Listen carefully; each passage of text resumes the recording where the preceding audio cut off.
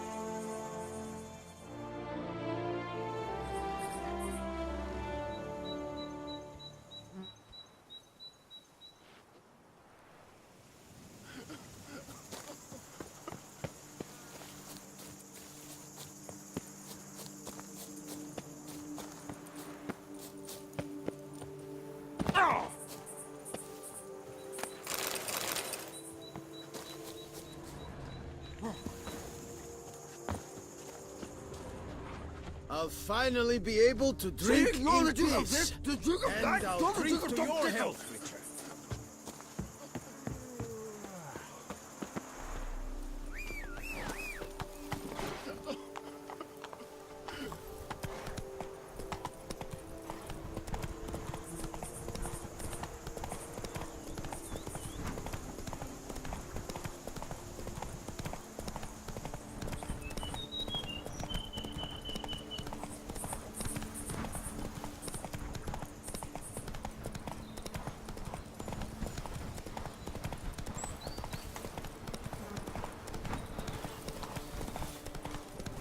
Ooh.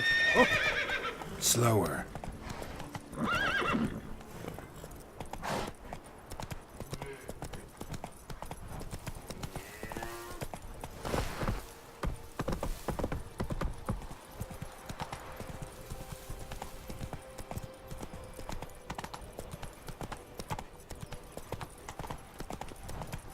No one gives a hoot about us poor folk.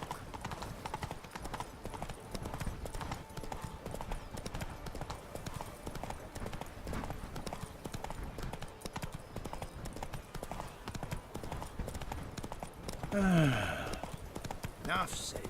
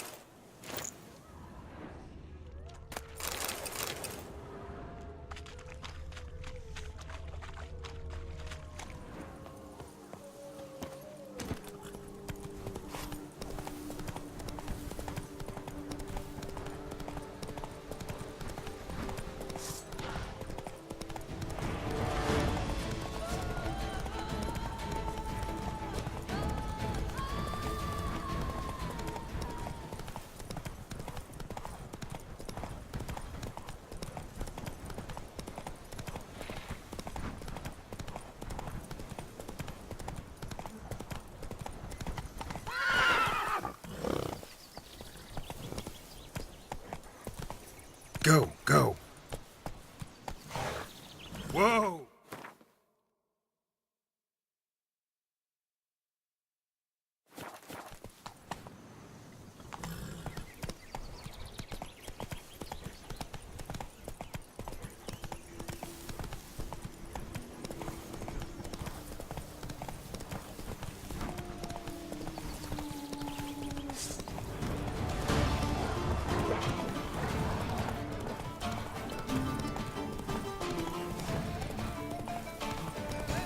Slow now, let's not do anything rash. Faster! Faster! Left! Go left! Surrender. Kind of match!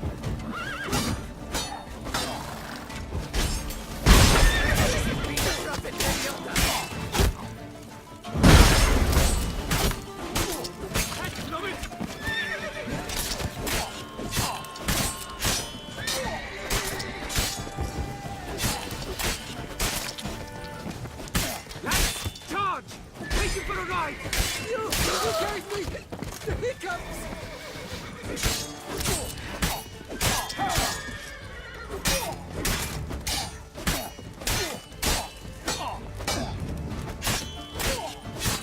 Leviosa's weeping wounds!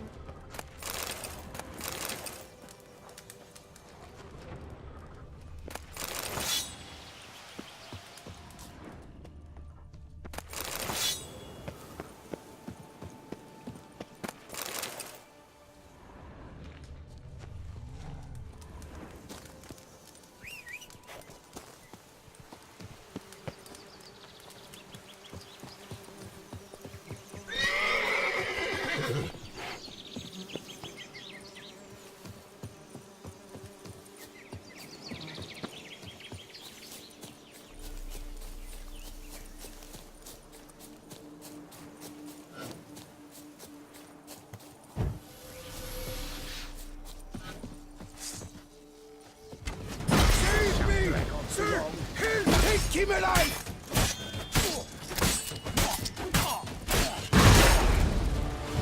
Spence! Spence! You killed him! You son of a judgment! Not good.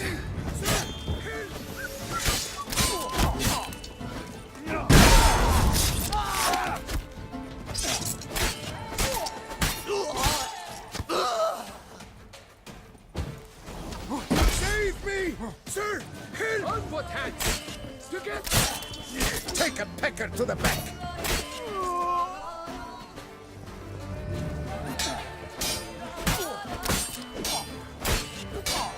Save me! Sir! Help!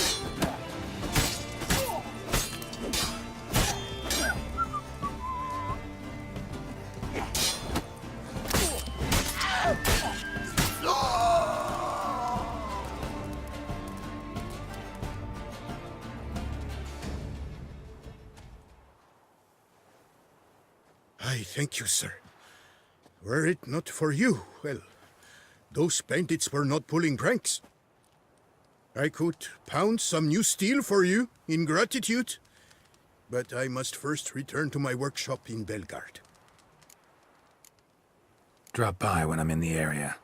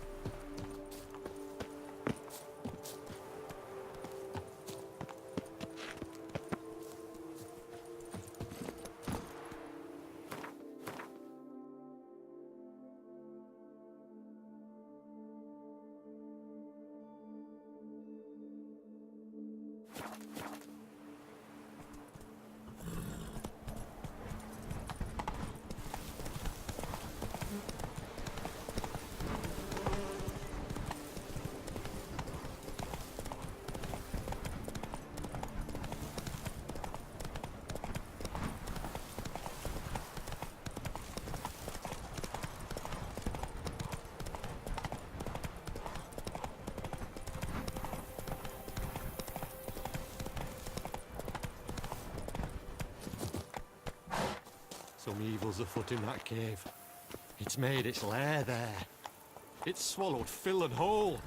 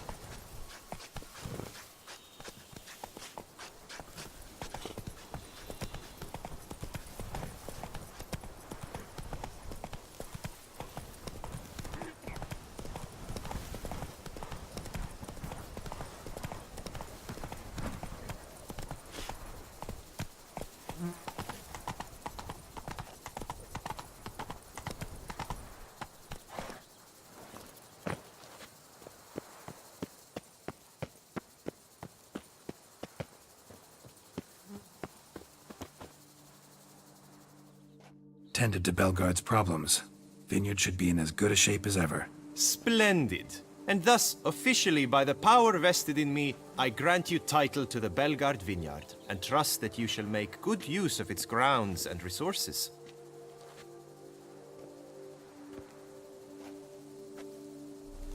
Excellent. Ah, I can already smell the grapes ripening in the sun. We shan't forget what you did for us. Here, your pay. But that's not all. You must come back and see us shortly. We've a surprise in store for you. I'll do that. Farewell.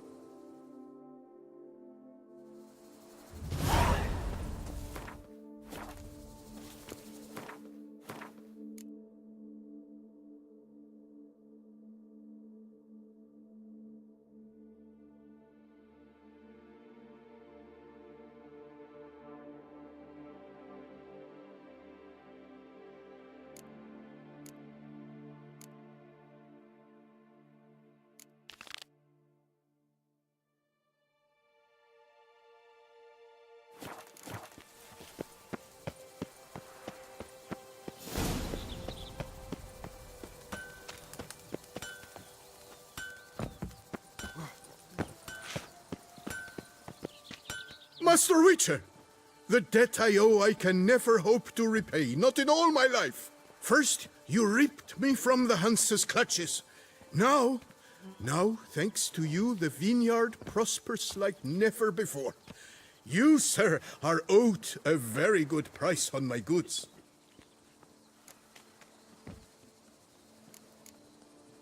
What were you doing in the Caraberta woods? And how'd you wind up a prisoner of those bandits? Ever since the Count died, I've not had the resources to buy raw materials, meaning no new barrel hoops, no tools. So I mustered a few lads and went into the woods to scavenge.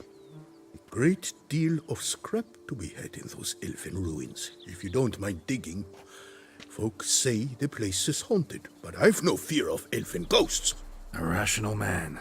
Rational or superstitious, it matters not. The point is, I did not see a single ghost. Yet a Hansa, yes, that we ran into. Though it seems I've more luck than sense, because you came along to save me. Show me what you have.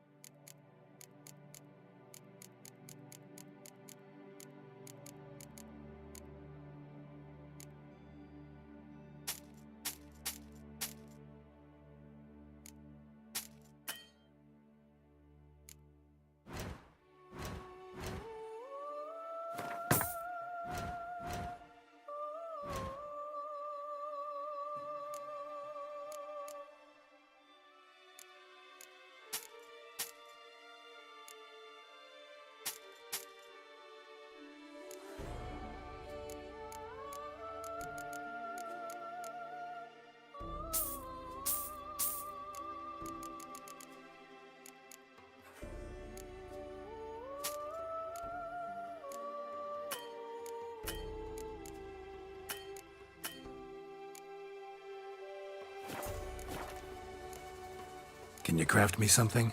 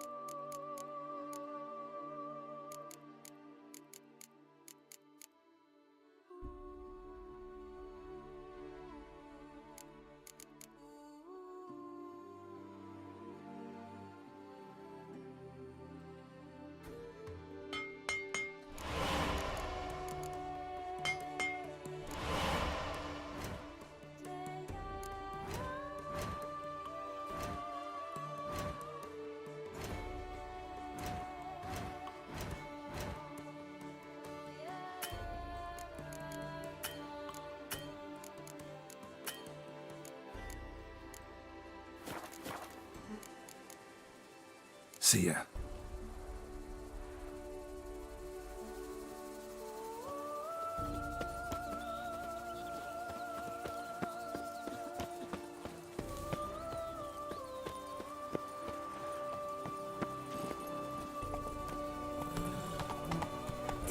slips. My back aches something horrid.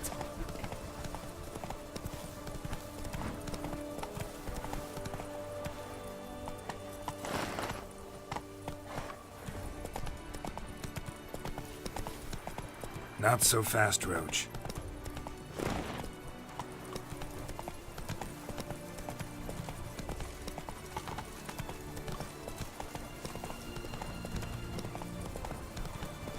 Phew, stinky.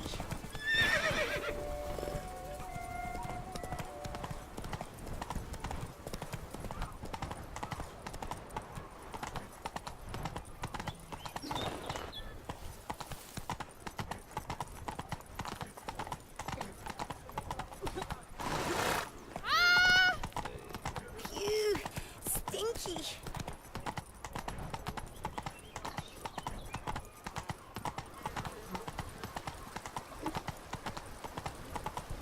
Come on now.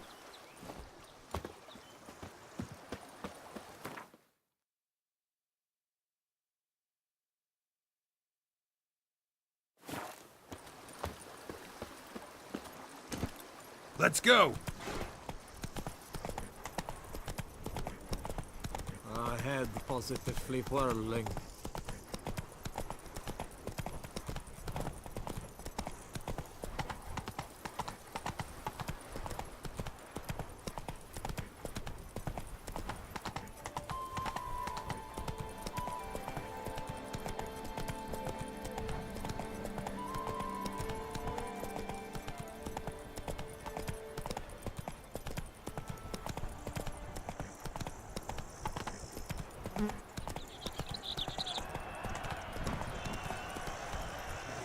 Hey-ya! Lepiotus ruptured wings.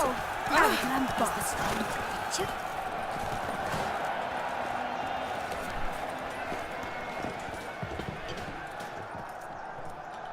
I'm my own master with a bottle in front of me. Armor chromed, engraved or fluted, whatever your heart's desire.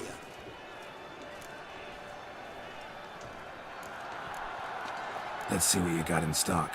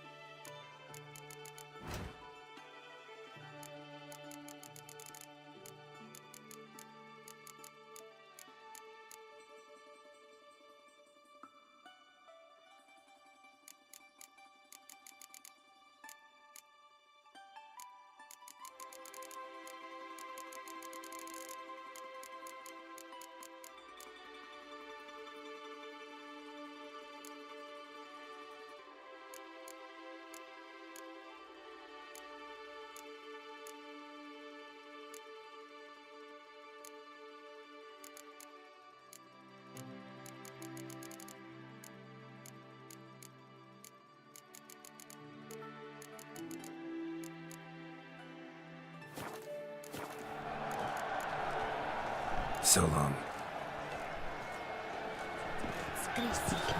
Blood.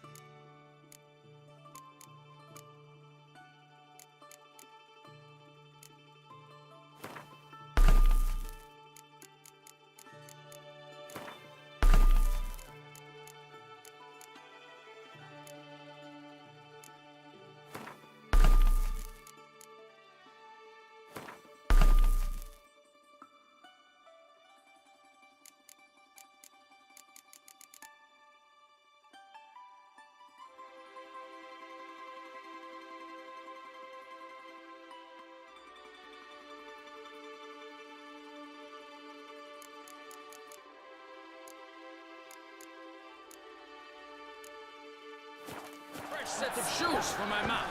Promptly. At your service, sir. The racing model is one I recommend. Durable and a mere 50 Need to speak to the Duchess, urgently. All right, you scamps. Store is done. Go find your parents. But the Pomerine. What about the story of Rittik and the dragon? A tale's for another time. But take a good look at the man who stands before you now.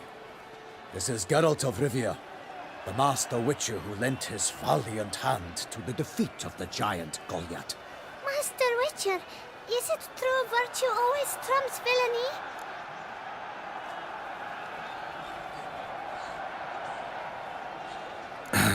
Yeah, virtue always wins. But the Black Knight, he's a villain and he wins. The cutter of Casteldacia, too. Moral victory, that's what counts. Rubbish. Now, that will do for questions. Go find your parents. Her Enlightened Highness has doubtless arrived at the tourney grounds to watch the battle in the arena. If we hurry, we'll be in time to speak with her before the spectacle begins. Lead the way.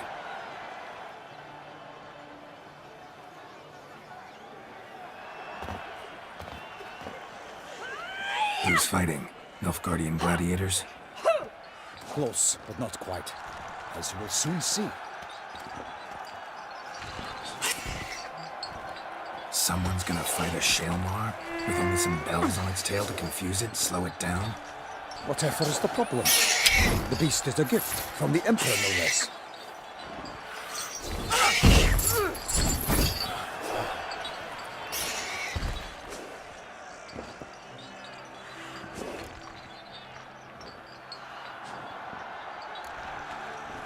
This is dangerous. Bells on its tail aren't enough. I saw a spectacle of the sort at the arena in Nunio. There, a knight defeated a Shalmar with bells on its tail. Might have gotten lucky. Shalmar might have been lame. Who knows? Only a Witcher has a real chance against a healthy Shalmar. And that's not even every Witcher. Besides which, releasing a monster that dangerous in front of a crowd? Plain irresponsible. Who's going to fight the beast? Guillaume, the young man you met. Yeah. Mentioned he'd promised his heart's captor a monster trophy. Great love demands great sacrifices. Let's go.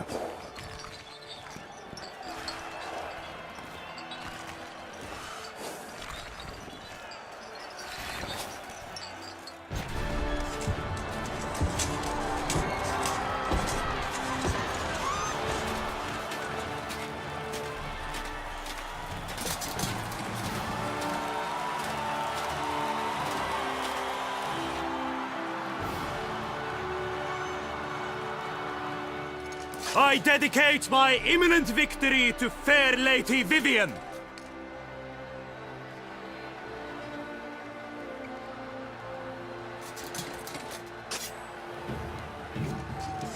It's begun. The fight shall have to end first. We must wait.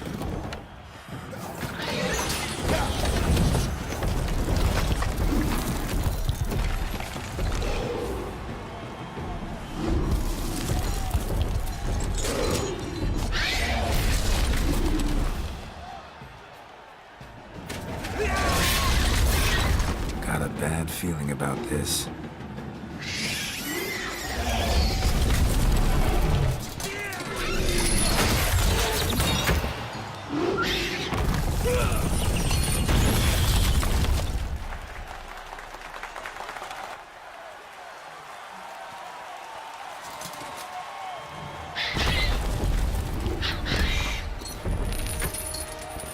Damn it.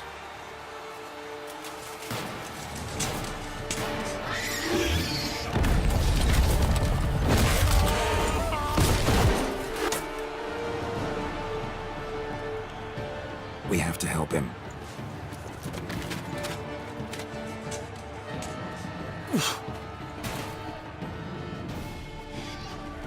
For honor! Onward! Gotta keep it down.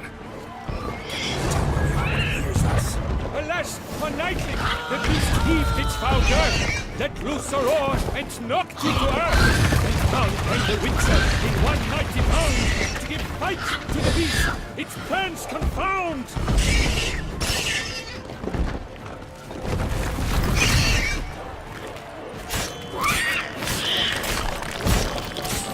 The fate of the beast has been weighed by the gods. Soon the Witcher shall triumph against the odds. The Witcher wedged in the time is true, then twirled, danced, and spun, struck the monster right through. Like a bow who leaves at the love's first spurt, so the Witcher wooed the Shellman and his foul heart hurt. Gods dive, flee faint, his razor strikes belly, Shellman's cries ring aloud, blood transforms into jelly.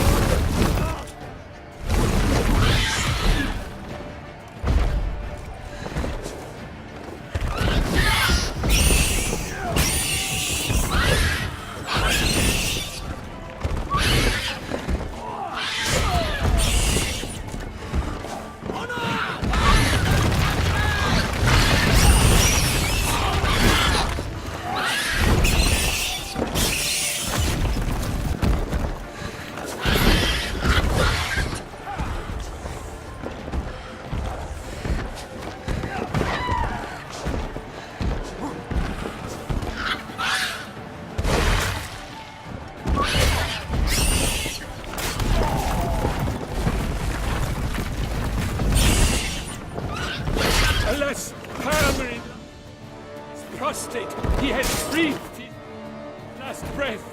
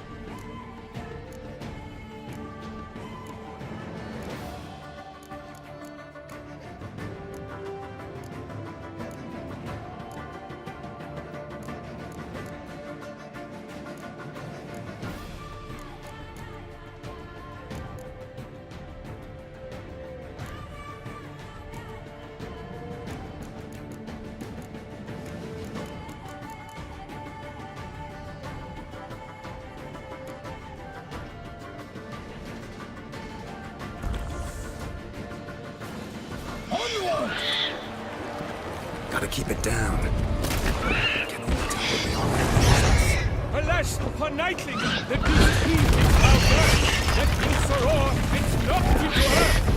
Down came the Witcher in one mighty bound, to give fight to the beast, its plans confound.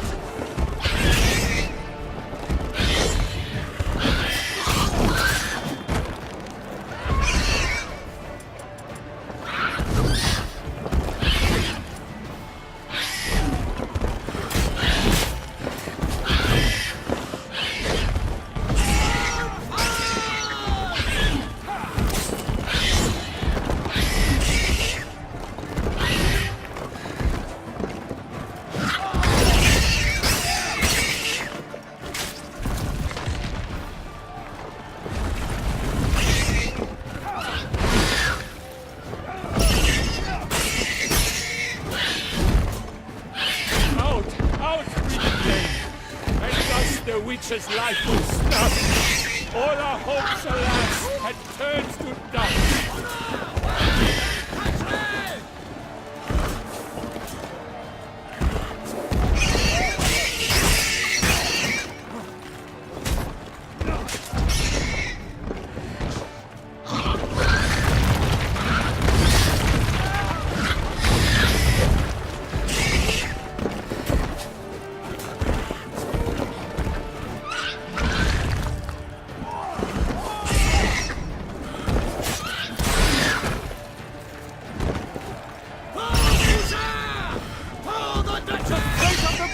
has been weighed by the gods. Soon the Witcher shall triumph against all odds.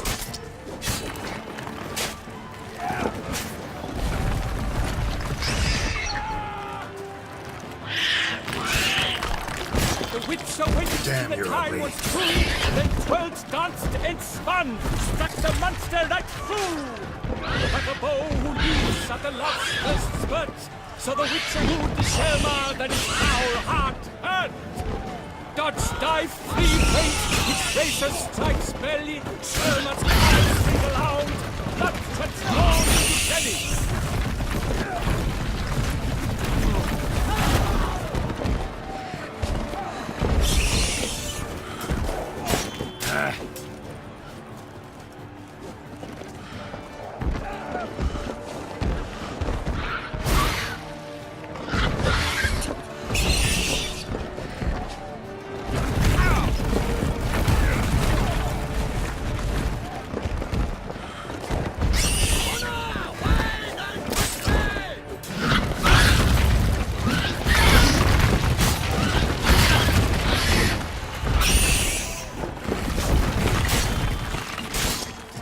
Not good.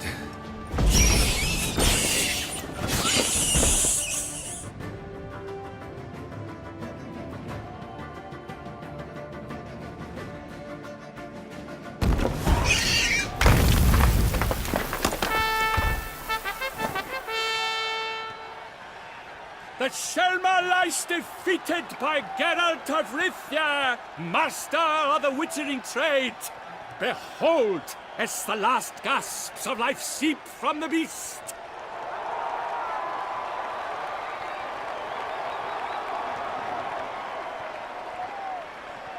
Master Geralt, do what you must. Finish the deed!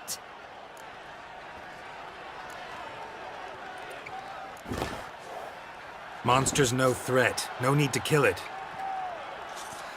A victor may always show mercy. It is his right.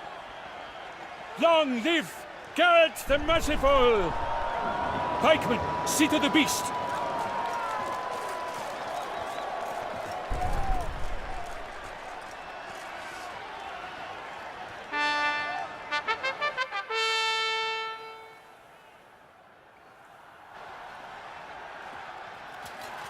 Guillaume.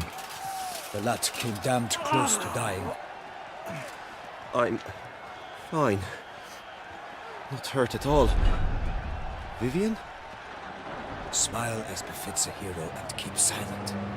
Speech clearly pains you. She approaches.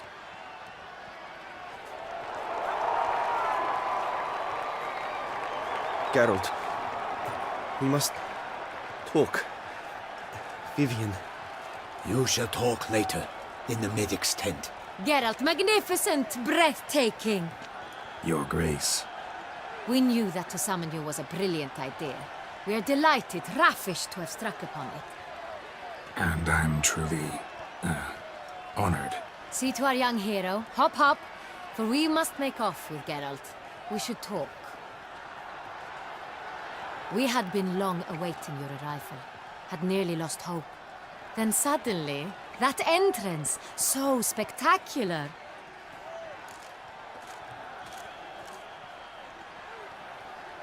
Your Grace. Shelmars are dangerous creatures, even to knights in full plate armor. Nonsense. In Toussaint, knights have battled beasts for mere glory since time immemorial. True. Guillaume suffered a few bumps, scars, and bruises, but in return gained eternal glory as he who slew the monster. What about the crowd? Say the Shelmar had vaulted into the stands. Would have been a massacre. Geralt, though we value your fortuitous intervention in the arena, we would remind you your services have been retained, and as shall soon become clear, you will be generously compensated for completing another task altogether. Your Grace, my contract. I'd like to discuss it. Naturally, but not here. We shall need Damien. He led the investigation pending your arrival. But wherever could he be? Come, we must find him.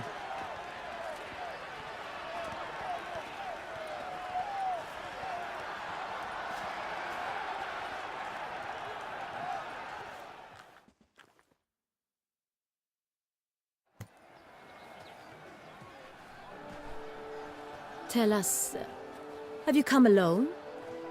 Or did Viscount Julian accompany you? Wish to see Dandelion, Your Grace? Yes. I mean, no. Yes. But solely to tell him we regret. Yes, deeply regret rescinding the death sentence we so justly handed down upon him. If we could turn back time, we would make certain he sat in a tower till he rotted. No, we would ensure he was broken on the wheel, then drawn, hanged, and quartered.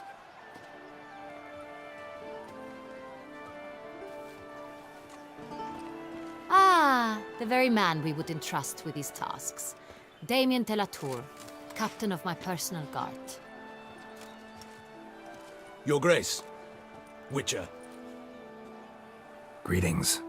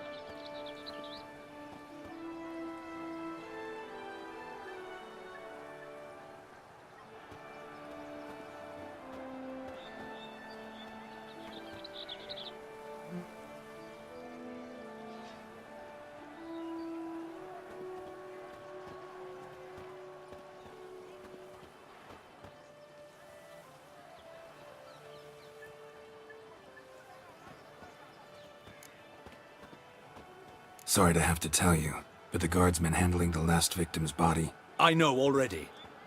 The creature in the cellar of Corvo Bianco. Was it the beast? No.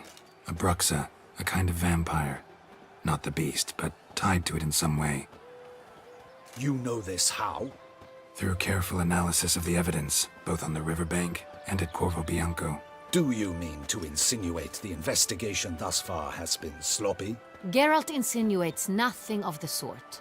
We must listen to him attentively. I examined the body of the beast's last victim. Might have found something. Need to analyze it. A quiet place, that's what I could use most right now. And maybe the help of an alchemist or a mage. Also like to hear all you know about the previous victims. Take it Sir de la Tour is my man for that. Firstly, call me Damien, please. Secondly, you should know I spoke against summoning you here. I've heard much about you. You bring trouble, or thus far have, always. And we've enough trouble as it is. Yet we are capable of defeating the beast on our own, without an outsider's help. I've no doubt about it. Damien, we settled the matter of the Witcher's employ some time past. Definitively. Since you have broached it nonetheless, let us discuss Geralt's pay. Are the legends true? Do Witchers usually demand that which you find at home, yet did not expect? Not quite, Your Grace. Law of surprise, it's something we invoke at times, but rarely. Usually we just take gold. Disappointing. This law sounds rather romantic. On the other hand, On returning to the palace, we would likely find impatient petitioners or a set of sample fabrics for a new dress. Poor rewards, both. I fear you'd not have much use for any of the surprises we are likely to come upon. Thus, we've decided you shall receive the deed to a vineyard, Corvo Bianco, and the sum of coin. You will doubtless consider this adequate. Title to the vineyard shall be given to you at once. Surely you'll need lodgings while you hunt. The coin, however, will be yours only once you have slain the beast. Lovely, generous gesture, Your Grace. But, Corvo Bianco, isn't it the Duchy's temporary morgue? Is it now? The Chancellery's bungled things again, we fear. Not to be left unsupervised for one instant. Yet, in its mood, a morgue should present minimal problems to a witcher. What's more, nothing enhances a wine's reputation better than a grim legend. Thank you, Your Grace. I accept the contract, of course. But as I said before, I'll need some information. How'd it start? Who was the first victim? Crespi was the first to die. He was famed once for his many glorious tournament victories. Then he grew old, hung up his sword, and took to winemaking. Crespi was not loved by the wine merchants. He was ruthless in business and thought to cheat many a time. He asked us for a dispensation from all court ceremonies. We did not grant it. We could not. Once you've taken the oath of a knight, you remain a knight till death. How'd he die? Where'd they find the body? Quite unusual, the circumstance. He was at a feast when suddenly one of his fellow feastgoers noticed he was missing. The town watch found him an hour later. On his hands and knees, propped against the town pillory, his sword hanging from his neck. He had died of wounds inflicted with claws, not a weapon. Blows of great force.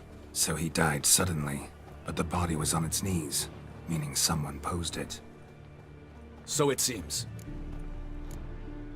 Second murder. Tell me what you know. In the city there are certain nooks. No one reasonable ventures there after dark. Ramon Dulac's corpse was found in one such place. With the first murder, terror gripped the city. Its inhabitants grew wary, kept to safe areas. Consequently, news of the second victim came to us from a group of concerned cut-purses. Criminals fear the beast? Telling in a way. Take it you've excluded the possibility that Ramon died at the hands of these bandits. Do you believe me an amateur? Not hands, but claws killed Ramon Dulac. The wound was deep, clean. His body was found in the gutter, dressed in nightshirt and cap, a pillow placed under his head, and his sword replaced by a bed warmer. Ramon Dulac, a knight who but a dozen years past was an advisor to our father, the Duke. Someone went to a lot of trouble to make him look ridiculous. Maybe revenge was the motive. It's not out of the question. Dulac had shady dealings with the criminal underworld, but no one ever came forth with concrete proof of any misdoings. So, first two victims were knights, best years behind them. The same could be said of the third. Sir Delacroix was wont to claim that in modern times knights face new challenges, enterprise being the latest addition to the chivalric virtues. He made a veritable fortune in the grain trade.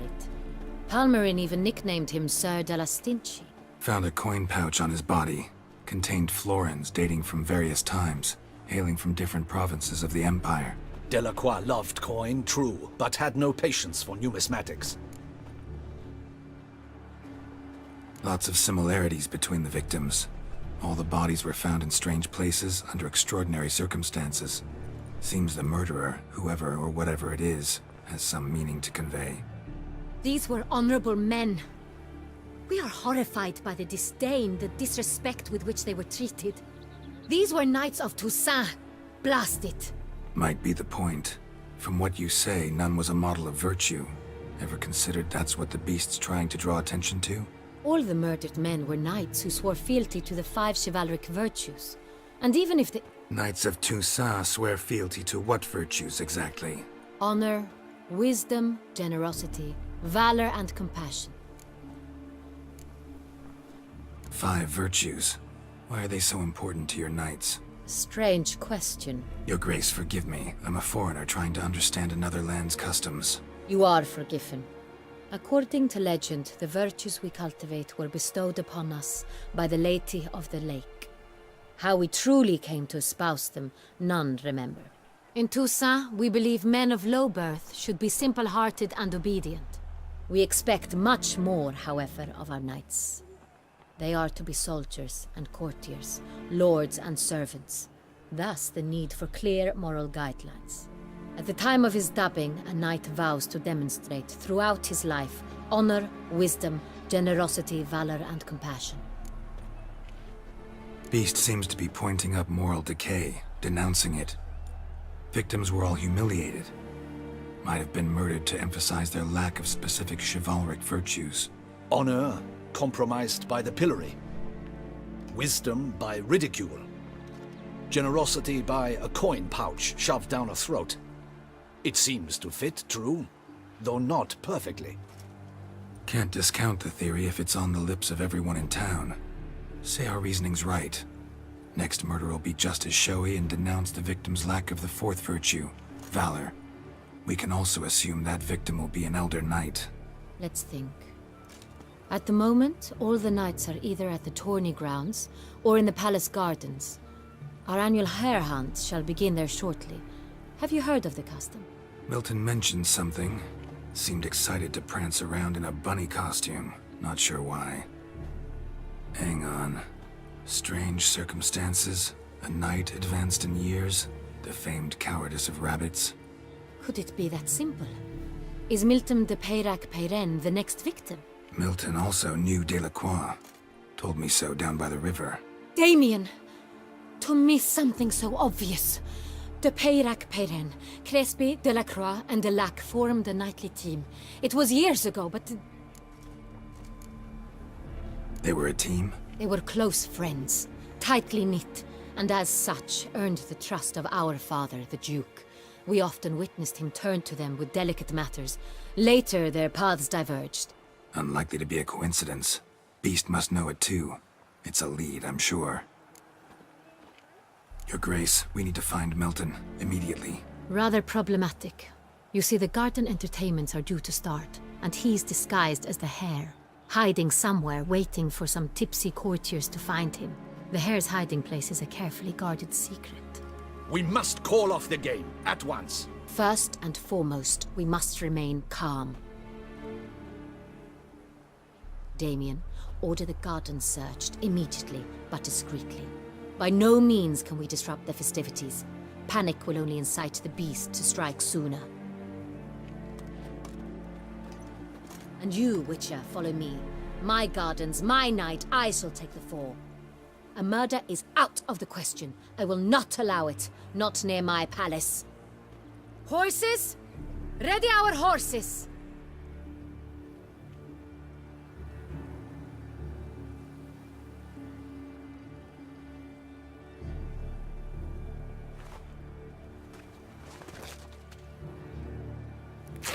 Your Grace!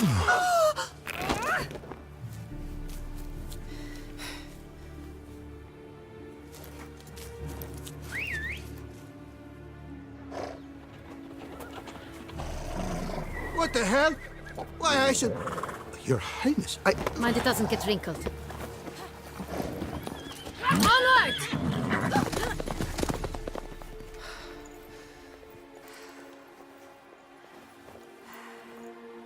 Hey! That is silk! Be careful! Give it to me!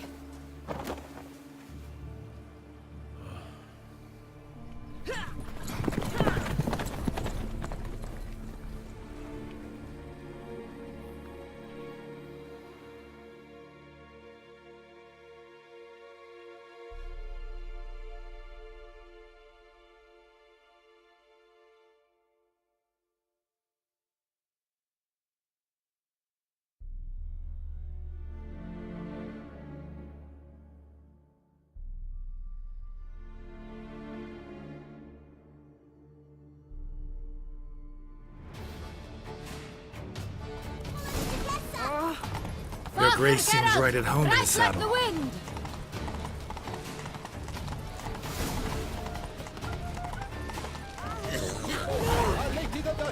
Clear the path! Clear the way, I said! Is this part of the game?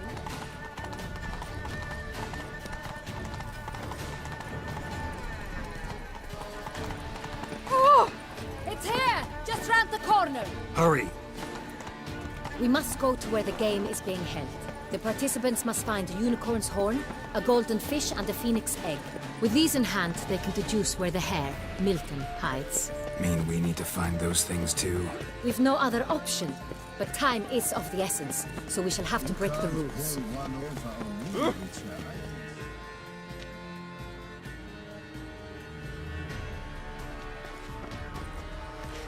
On second thought, through here.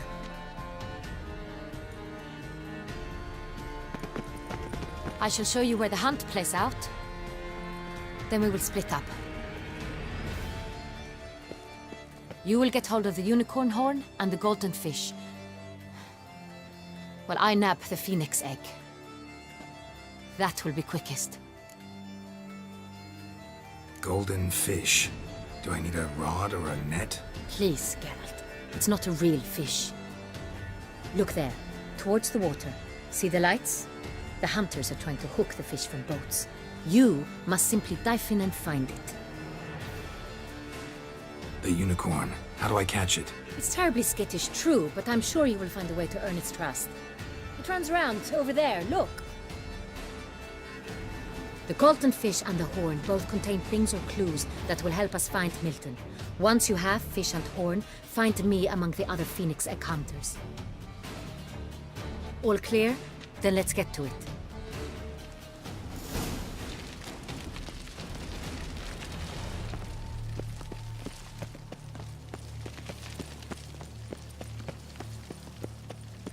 Fiorano of the 1290. I do encourage you to try it.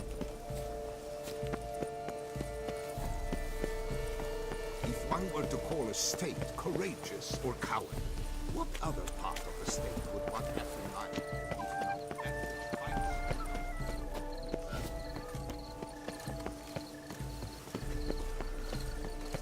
Lipioda's lacerations. My son has been made a squire.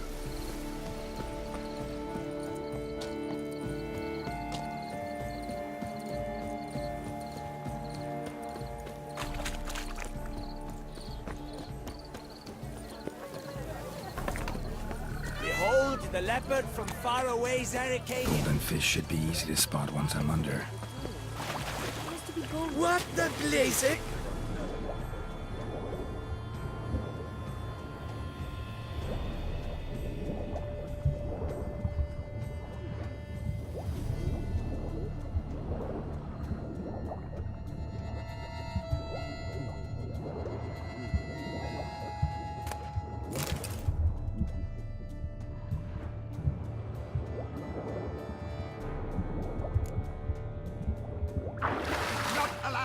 It will not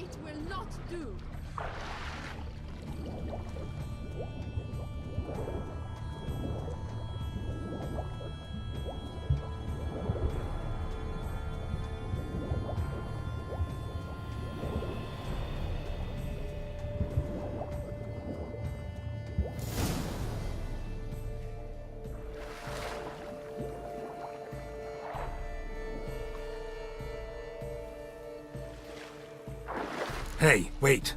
Stop. It's important.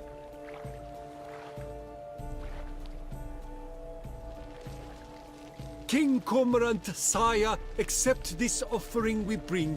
Prithee cast upon us your merciful eye, and bear before us its secrets. As the moon is heavily coursed up trace, in my domain I await that moment of grace, when a soul of good or ill repute brings me a gift, fitting tribute.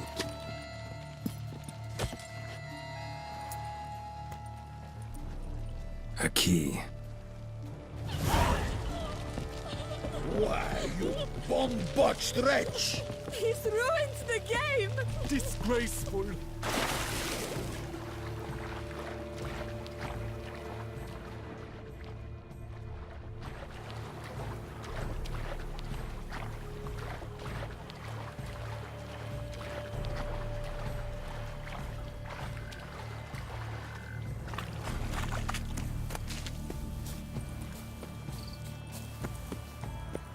The witch is it through the streets while Right, everyone... it's positively useless. She can't possibly see the thing.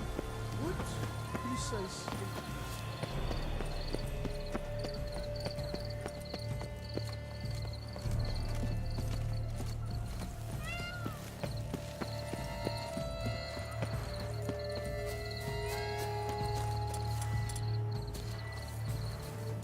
Calls are thought to like music.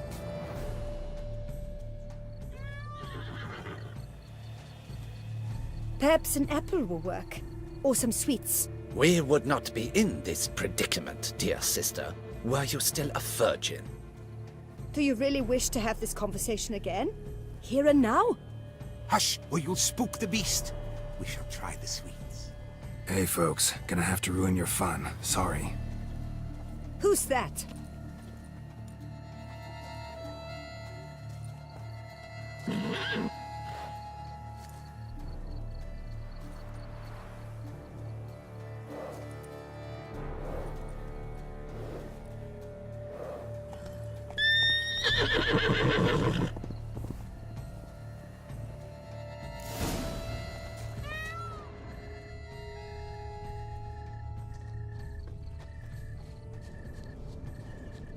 Roach likes carrots. Maybe Unicorn will too. This is an outrage! An outrage! Roach I won't know eat bread it's no either, dream, except if but it's stale. So beautiful, all the same.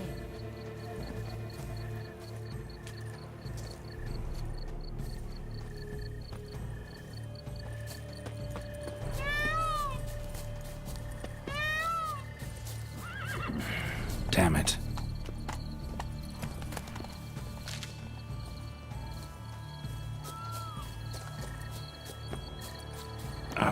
Almost had it.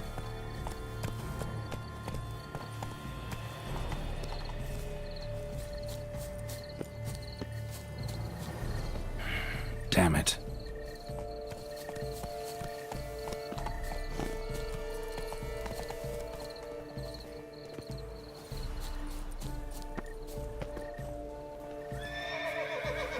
What would you say to a delicious, crunchy carrot?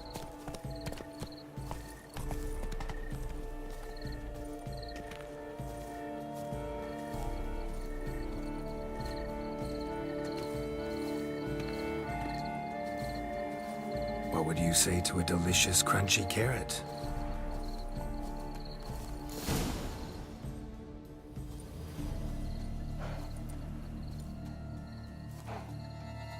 Easy.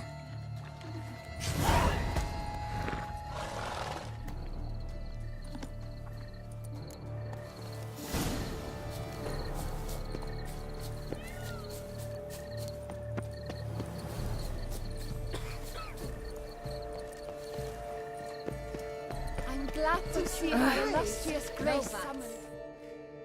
If you please, Your Grace. We do not please. We act out of the highest necessity. All shall be explained later. But it's against the rules. I am the rules.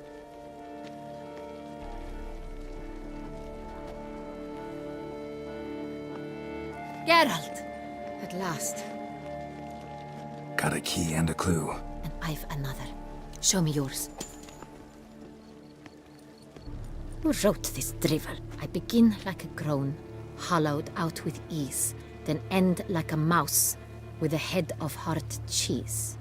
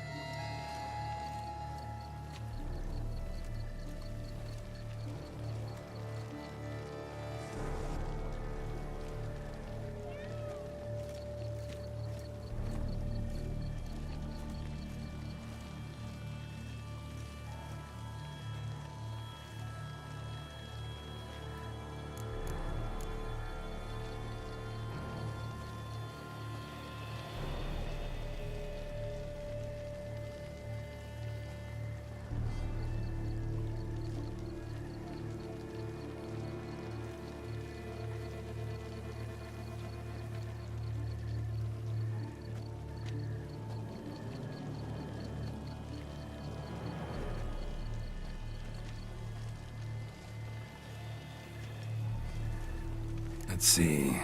Grown. With ease gives us green, right?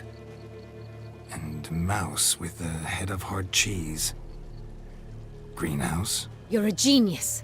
Several greenhouses in the gardens, indeed, but only one with door locks, the key to which looks just like the one we found.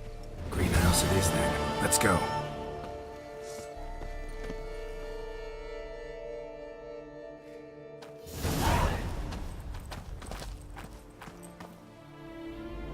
Wait here.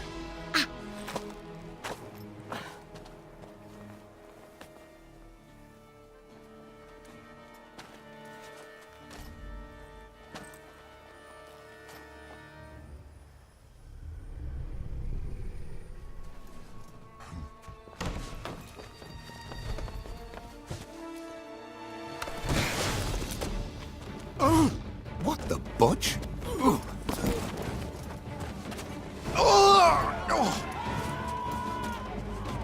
What was that?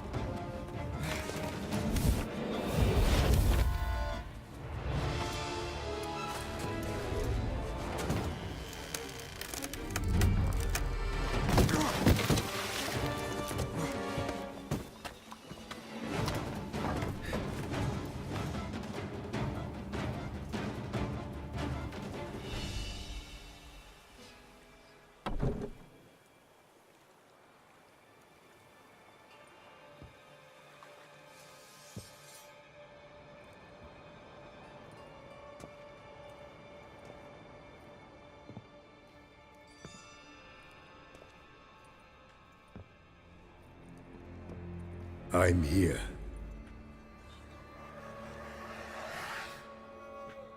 This belonged to you, maybe?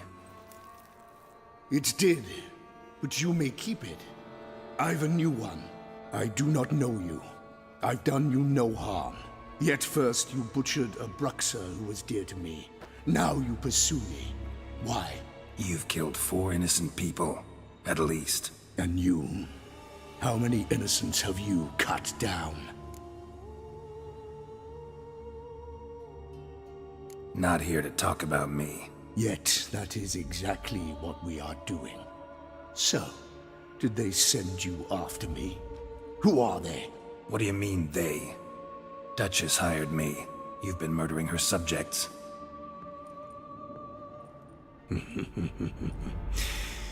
Is it as simple as that? I would ask you to convey to the Duchess that I've but one victim left, but you'll not get the chance.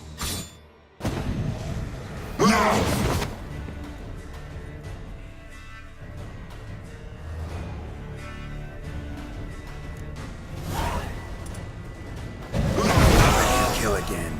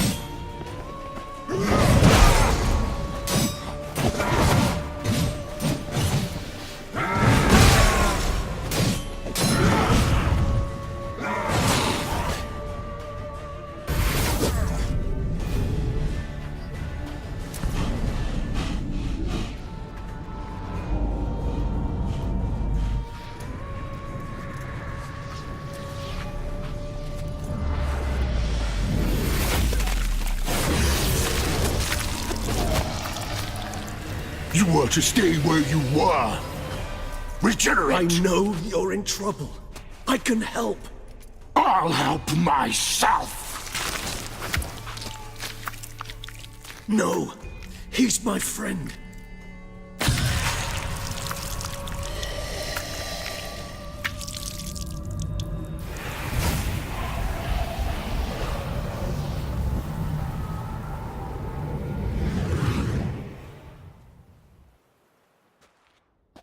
Yes, Geralt, it's me. Regis? You alright? All is well. All's in order. Wounds such as these heal on vampires in moments. But we've not seen one another in ages, my friend. At least in human terms, that is. How's this even possible? Last I saw you... I was a bubbling, shapeless smear, having been rather spectacularly melted into a column of a certain castle. In somewhat better shape now, as you can see. Hardly peak form, mind you, but were I human, folk would think me a demigod, I dare say. I'm sorry. What happened? It was my fault. Never got a chance to apologize. No need, Geralt. Bygones. I did not have to join you on that expedition. No one twisted my arm. Miraculous regeneration. How do you manage it? I had help. From the one you hunt. Him? How? And what have you been doing all these years? Not the time nor place for such stories. I suspect we'll get a chance to speak at ease and at length later. Now, however, we must deal with the reason that brought us both here.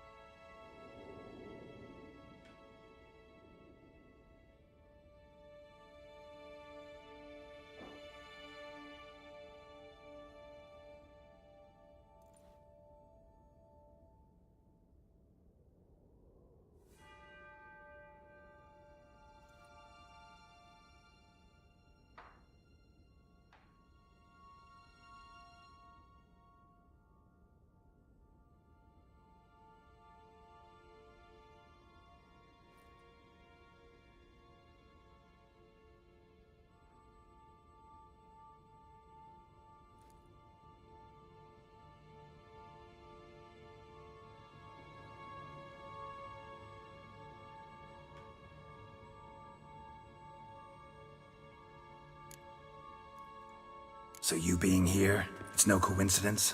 Your powers of deduction seem to have waned not one bit. I'm happy. I came here for Detlef. I fear he's become entangled, landed himself in serious trouble. So that's his name. He's your friend? You might call it that. Though Detlef is... how would you humans put it? More bestial than I am. But not to worry. I'm working on him. Haven't exactly done a great job with that. He's killed one knight since I got here. At least 3 others before I arrived. For good reason, I'm sure. Understand, Detlef is not some decadent shit who kills for sport, or to assuage a dryness of throat or a dullness of mood.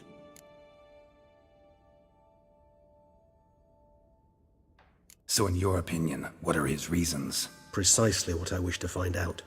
And then I will convince him of the error of his ways. Got a lot of faith in the guy. Despite appearances to the contrary, you two are quite alike. You've both noble hearts, yet you both are wont to perform ignoble deeds. When circumstances force you to, of course. Remember the year 964? That was 3 centuries ago. Blind fear gripped Rivia, Lyria, and Spala. Women and children were dying. Their mutilated, dismembered corpses littered the fields. Brute of Lyria. Read about it. Chewed up almost 200, then fell to a common poacher supposedly armed with a dagger blessed by some prophet. It fell to Detlaf, who then found a poacher asleep in the brush near his snares and dropped the fiend's corpse at his feet. And thus, a legend was born. Huh. Vampires rarely help humans. Must have had his own agenda, hunting the beast. You err. He slew it for one reason alone. The monster killed a lad who once in the street had offered Detlaf an apple, expecting nothing in return. Terribly noble of him. You do not have a monopoly on altruism, my friend. Vilgefortz melted my body. Detlaf found what was left. As per our codex, he had a choice. To leave me where I was, or to care for me and nurture my remains. He chose the latter. Regenerated me at no small expense in his own blood. Do you know what that means to a vampire? The gravity of the endeavor? Probably same thing it means to a human. You owe him your life. Much more than that. The act itself made us blood brethren. A bond so strong humans cannot even imagine. Which is why I know something ill is afoot.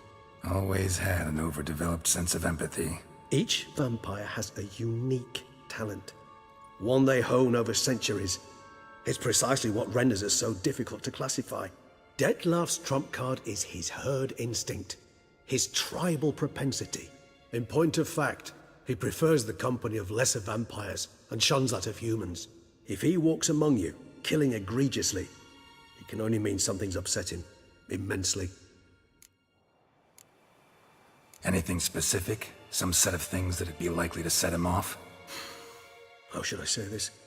Detlaf doesn't understand men, their world, its rules, its conventions. He's naive in a sense. He doesn't comprehend your games, knows not what it means to lie, deceive. Suggesting he's maladjusted, and venting his rage. I'm suggesting maladjustment can at times breed conflict. But is it the case this time? I cannot say, but intend to find out. Gotta find him, before something upsets him even more, and all Beauclair is awash with blood. Well, we share a cause then, just like the old days. Not entirely. I mean, when I find him, you know. I know you've a contract on his head. Yet your true task is to stop the beast killing, not necessarily to kill the beast, am I right? All in all, sure. Let us find him. By the time we do, I hope I'll have convinced you Detlaf is no monster. Fine, all right already. But for now, evidence is stacking up against him. Hear that? The posse. Knights must have tracked me here. I prefer they not find me here. I've makeshift quarters at Mère Lachaise Long Cemetery. We'll meet there. See you.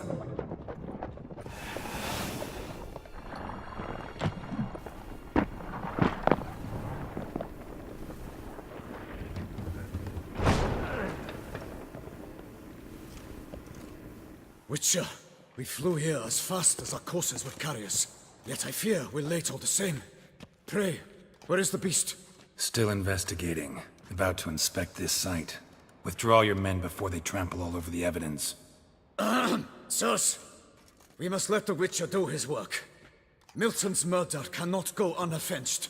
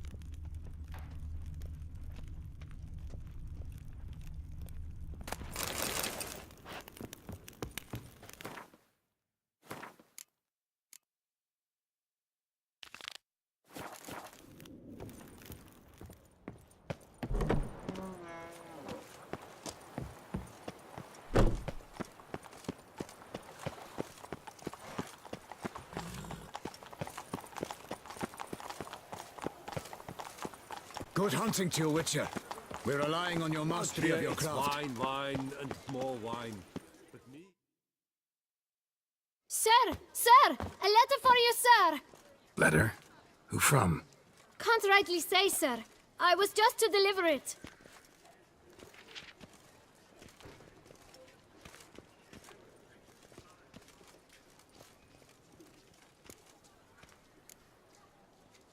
Here. And thanks. No, sir. Thank you. And I truly hope I'll be of service again.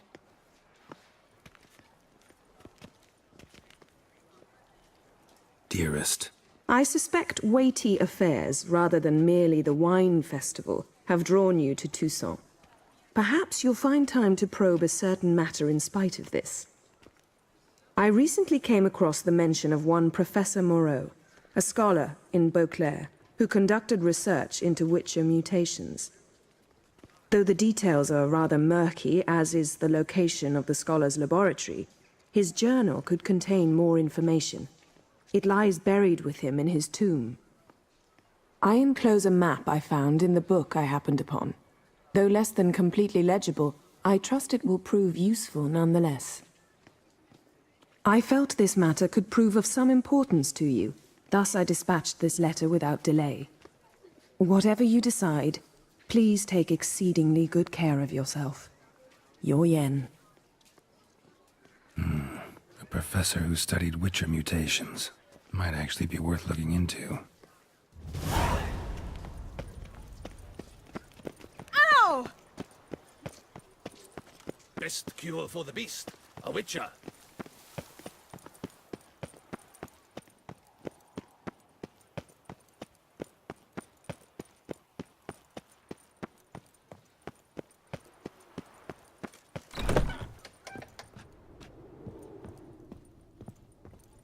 $143 carry the 2.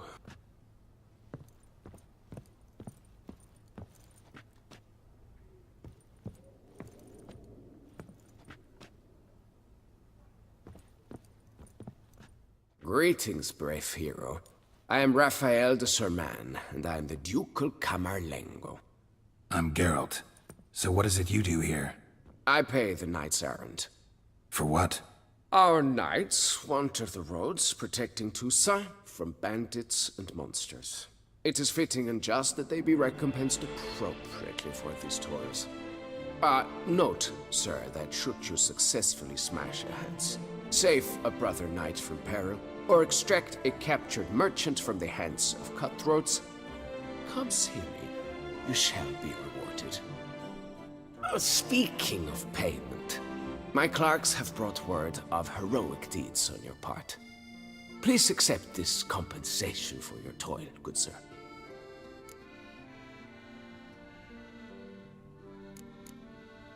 Can't help but be curious, but where do the funds for those payments come from? The ducal treasury, of course. Her illustrious highness Anna Henrietta assigns great value to bravery and selfless patriotism. It is her standing order that any knight may receive a wage, pardon me, financial compensation for his dedication to defending the duchy's internal security and order. Wouldn't mind a glance at your books. Ones you're willing to sell, that is.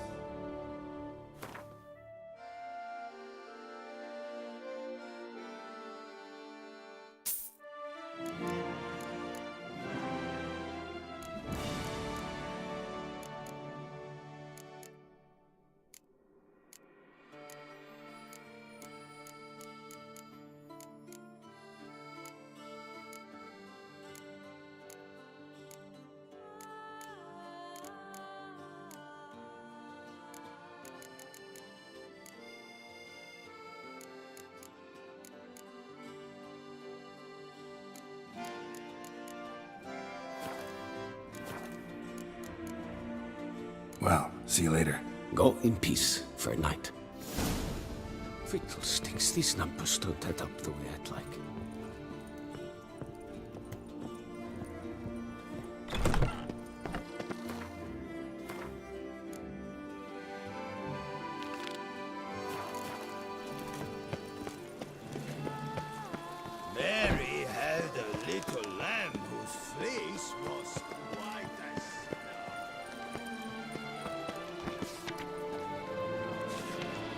Oh! Witcher.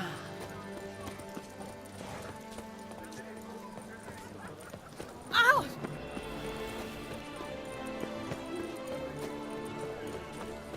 To be born in Toussaint is to be born under the lucky star.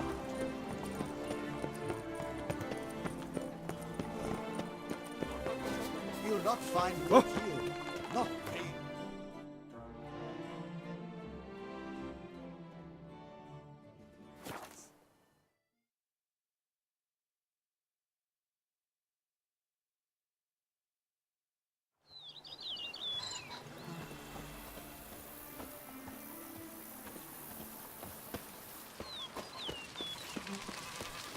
A bushel of grapes is more a burden than that steel of yours.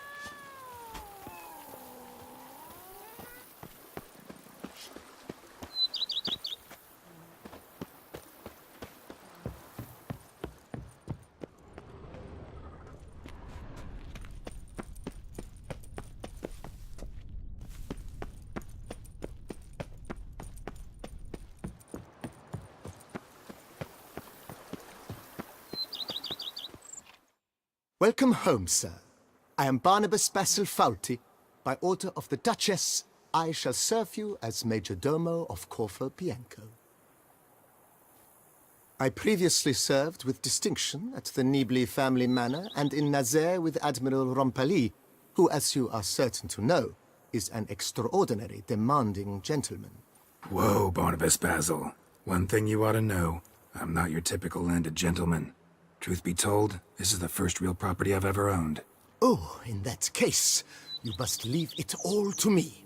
I shall organize, see to everything, and whip the house into order. I dare say this place will soon be the most prosperous vineyard around. Great. Can already see I'm in good hands. Vineyard comes across as a place with a rich history. Know who owned it before me? Baron Rossel, who went bankrupt, forcing him to sell the estate to the Duchess.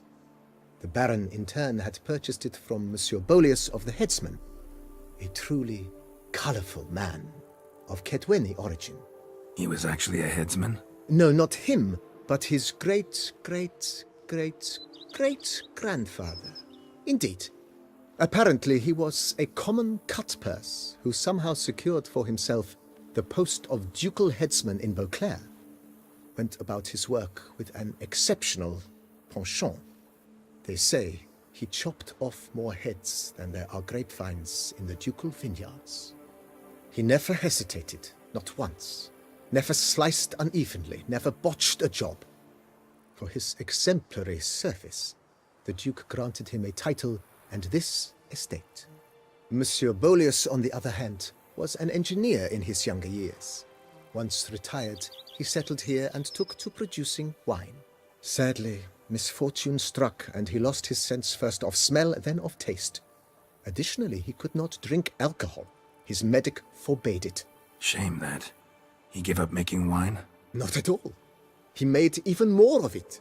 Began throwing wild balls to which he'd invite friends from far and wide in order to treat them to his wine and delight in the fact that at least someone could enjoy it. It's the sort of man he was, Monsieur Bolius. Mind giving me a little tour de Corvo Bianco? Not in the least. Follow me, please. I think it would be practical to begin on the hill.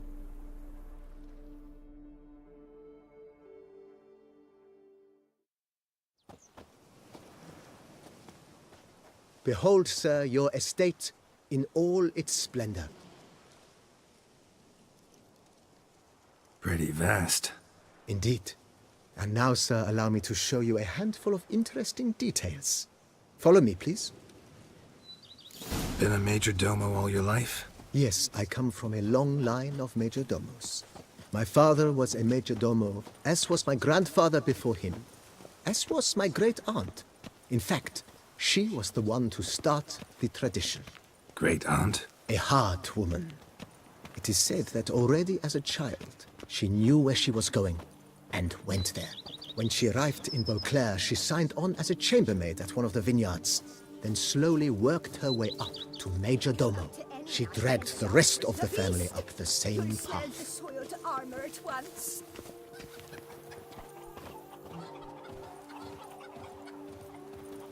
The servants' quarters. I occupy the green home. With the Duchess's permission, I have hired a full staff. Their salaries to be paid from the ducal treasury. Nice of her. Not the most sightly part of the estate, I admit.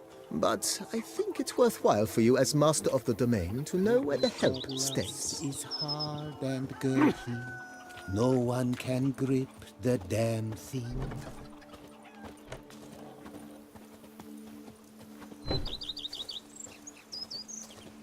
Baron Rossel ordered the vines in this part of the estate uprooted and olive groves planted in their place.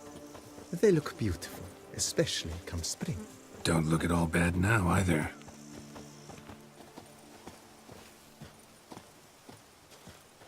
A man who dare not Down below lies your vineyard, where we grow a strain of Carfanere, one of the world's oldest. Aged in oak barrels, it provides for an exquisite wine with distinct blackberry, wild cherry, plum, and cinnamon notes. Marvelous. Have to try it one of these days.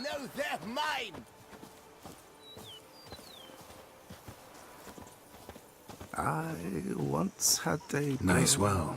Picturesque. Yes, though it ran dry long ago. During the raucous feasts Master Bolius held, he would order it filled with wine. There's a tale about a guest attending a Bolius ball for the first time and thus unaware of the custom. He had suffered great heartbreak and had decided to end his life by jumping into the well. The festivities were coming to a close, and the well was nearly empty when the suicidal guest finally jumped. Instead of killing himself, he merely broke his legs. To numb the pain, he drank the wine. Drank himself to death? Not at all. When found the next day, he had concluded he'd witnessed twin miracles. The water had been changed into wine, and he had survived. He retired to a monastery in the Dragon Mountains and began preaching the wisdoms of Lebioda. Then give my wife a good long night. Monsieur Bolius' wife Nina kept a garden here. A supremely lovely place it was. Bit neglected now. I agree. Yet nothing stands in the way of restoring it to its former glory, and once again planting it with herbs and other vegetation.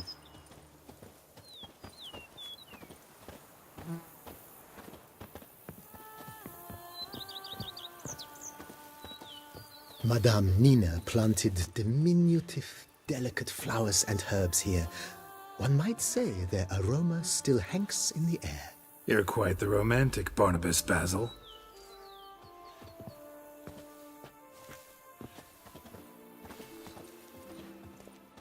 A man who dare not down some red is a man whose wives like to thump his head.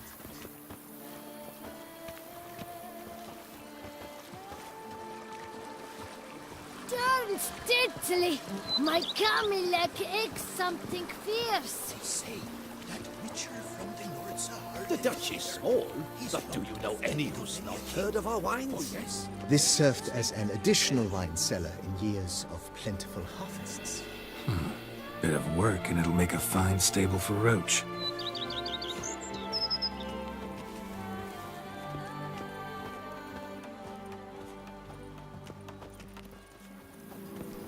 The cellars, voila.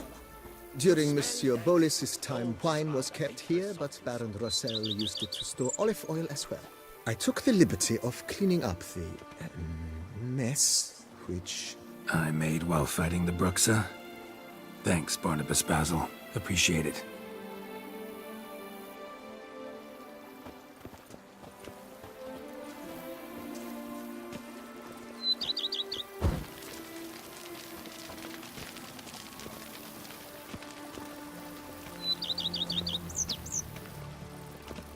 As you can see, the facade is, how to put it, slightly stained.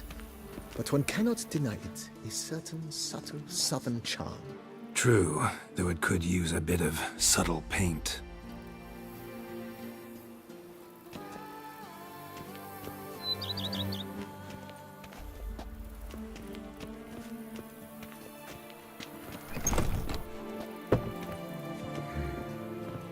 And welcome inside. On the left is the master bedroom. On the right, the dining hall and kitchen. Upstairs, you shall find the guest room, currently used for storage. Not a bad idea. At the moment, the house is only minimally furnished. Yet I believe we will, together, devise some innovative arrangements. A few paintings, for instance, would breathe new life into the abode immediately. With that, sir, you've seen the full lay of the land. Corfo Bianco is a beautiful estate. Though one must admit, time has taken its toll. Forgive me for being forward, but if you were to choose to invest a small sum towards its beautification, consider me at your service on the matter. Think I'll take you up on that. Be sure to come and see you if I decide to do any remodeling. Mentioned the place could stand to be spruced up. Oh, most decidedly, sir. The question is where you would like to begin this rejuvenation. Got these spacious grounds. But maybe it's time to make them more... useful. Oh, yes! We certainly should. The way I see things, given your trade, sir, you would be wise to put in a grindstone and an armorer's table. A good way to start things off, don't you think?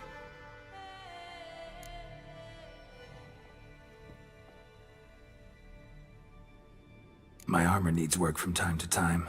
You know, oil this, reinforce that. Could use a decent work table where I could do all that. Admiral Rompali once hired a specialist who made the finest armorer's tables this side of the Yeruga. I will contact him at once. Good. Order me up a table like that. Immediately, sir. I expect it will take at most 1 day to arrive. Will you be needing anything else, sir? In my trade, my blades get dull pretty quick. Could use a grindstone, professional grade. Of course. No one would consider that an unnecessary extravagance, I would wager. Then send out for one, please. A high-quality stone to be set up in the yard. Of course. I shall send a runner to town at once.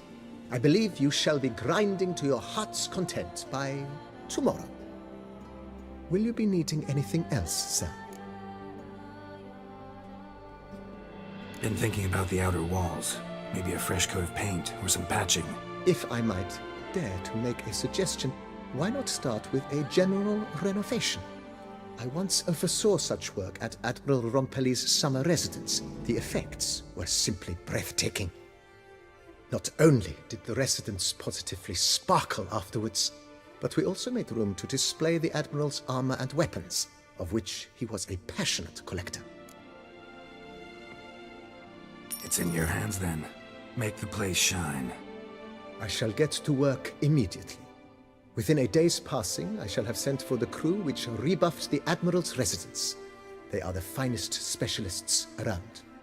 Highly skilled at what they do, it shall not take them too long, I wager. 2 days after they begin, your eyes will behold your residence in its refurbished, rejuvenated, beautified state.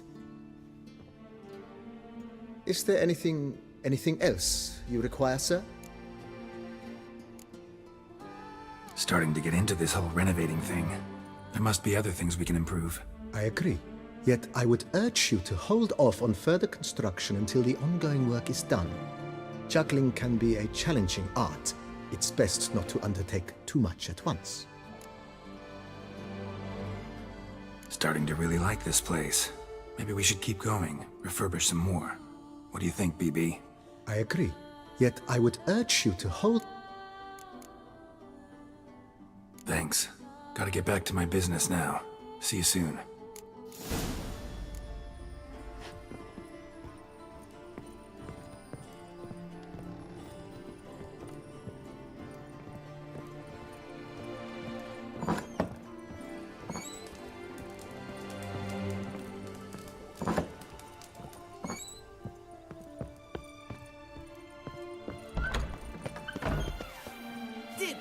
snips.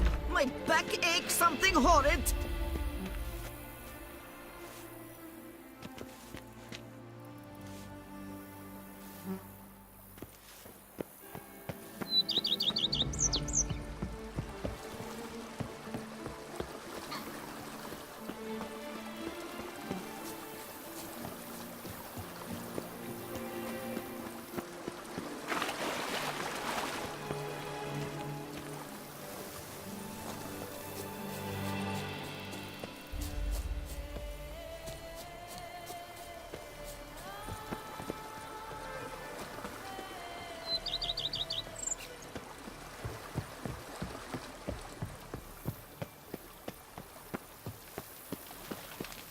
Monsters are your catnip. Let is mine! An eagle than a quail. Yes, I should, if I only could. Diddly snips. My back aches something horrid. Rather be an eagle than a quail. Oh, yes, I should. I'd stump wine with that one.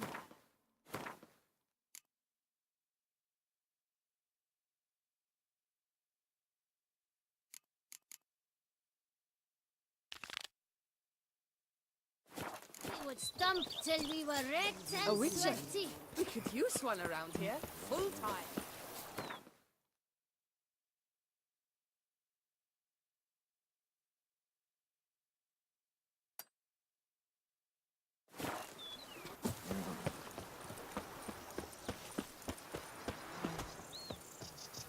Diddly snips. My back aches something horrid. If they would just take to work as they take to dance and drink.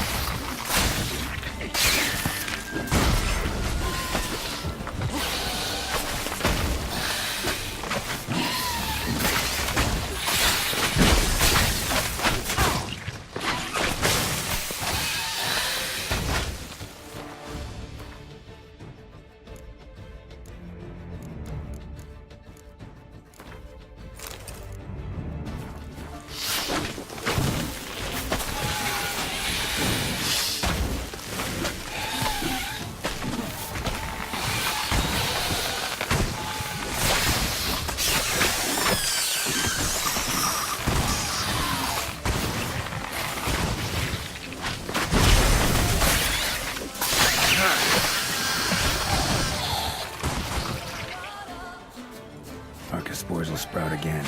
Should destroy the area if I want to get rid of them for good.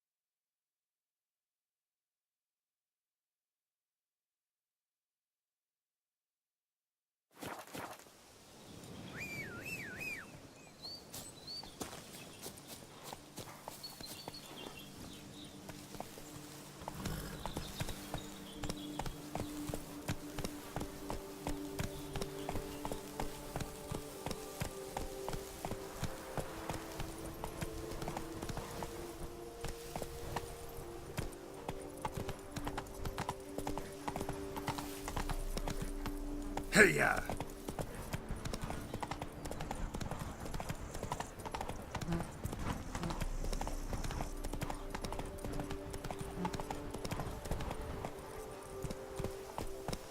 Come on, Roach.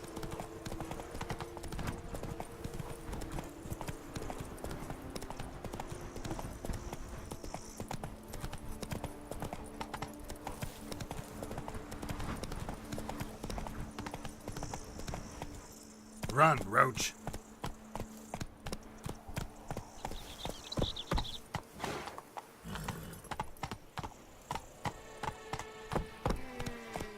Go, go.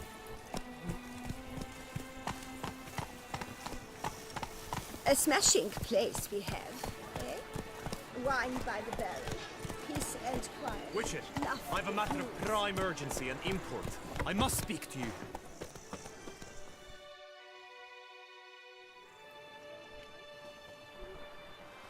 Your wound. Feeling better? It's healing splendidly, though I am to avoid trouble for some time. To be frank, that is precisely why I wish to speak with you. Want me to stand in for you? Take on some trouble on your behalf? That could very well be the case. You see, there is a maiden, nay, a lady. I suspect someone's cast an ill spell upon her. A curse, perhaps. Let me guess. She suddenly grew cold, haughty, and distant, though the night before she was flirtatious and alluring. Tut tut, Witcher. You jest, yet the matter is grave. Though true, the lady in question is dear to my heart. I shall not deny it. I fear she has fallen victim to ill magic, and knows no one she could turn to for help. What makes you think she might be cursed? You must keep all I say to yourself, I beg you. I would never dare to be so indiscreet normally, yet I'm troubled about her, for her. Vivian shuns the company of others. Though the fairest maid at court, she keeps men at a distance. I thus determined I would resort to trickery. Trickery? That even befitting of a knight? In war, yes. And what is love if not battle? As it were, one evening I crouched in hiding outside her seamstress's home. As Vivian emerged from it, I too emerged, ever so gently but convincingly collided with her, then promptly offered to escort her home. She consented. At first, all augured well. I proposed a more scenic route. She agreed. I made kindly forays into conversation, and she even began to respond as we neared the end of our route. Then suddenly, mid-speech, from her mouth there flew a most hideous shriek. I stopped stone cold in my tracks while she turned red, then promptly ran off. I did not give chase, that time. I attempted to approach her on several ensuing occasions, to learn what had happened, for I feared she had become entangled in some trouble. I noted that often, come night, she ventures into the woods, where I've seen her walk about a glade near a pool. I've striven on occasion to follow her, but lost track each time. It seemed then she'd melted into the air.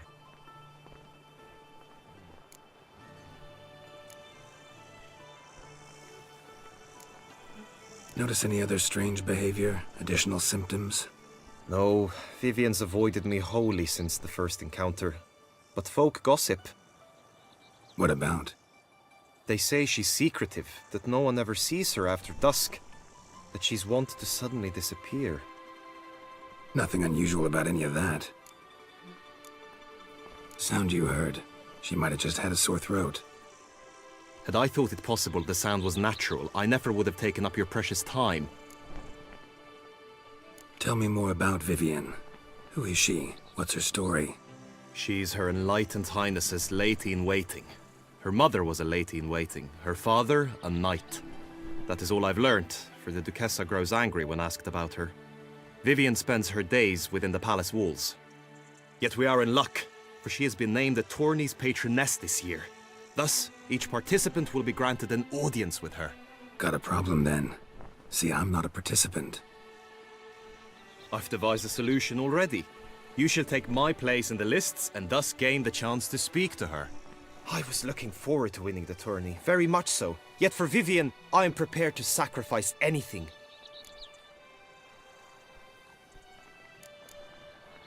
This tourney, how's it work exactly? It is the year's grandest and most important contest.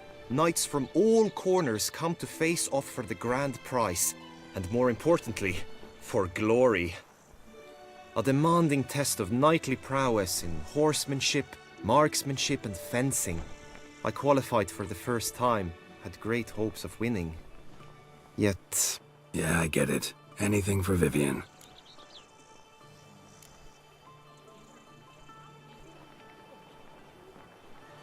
Fine, I'll look into it. Gotta admit, piqued my curiosity. I shall be forever in your debt. Now, we must ensure you are not eliminated from the tourney before you can meet Vivian. Meaning? Could you show me how you shoot, ride and fight, perchance? And you must learn the tourney rules, know how to apply them in practice. I did not mean to suggest I doubt your abilities. Everyone must train, even a witcher. Besides, the tourney contests must surely differ, require skills you don't usually apply, races above all. The choice is yours. Where shall we start? Marksmanship. Feel I need to do some shooting. Come with me.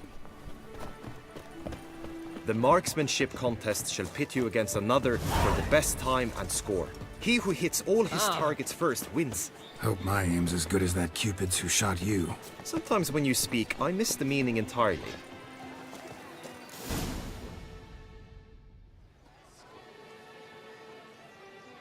Hit the red targets!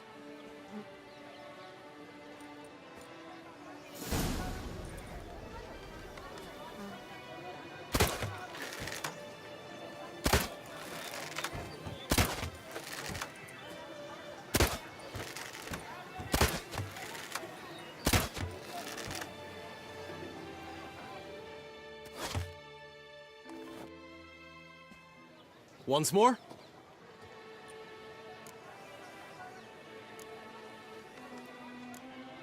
Done enough shooting. Where to now? If you wish to know my thoughts, were I you, I would train on the race course ahead of all else. Let's do some riding. Roach will like that. Excellent idea! Come with me.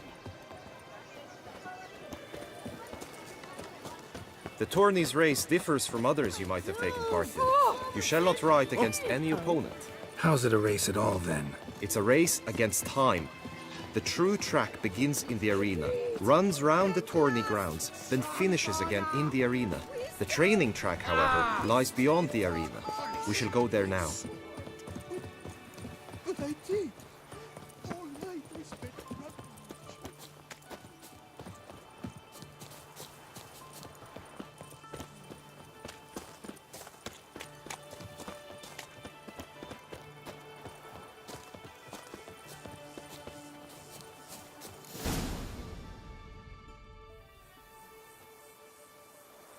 All is ready.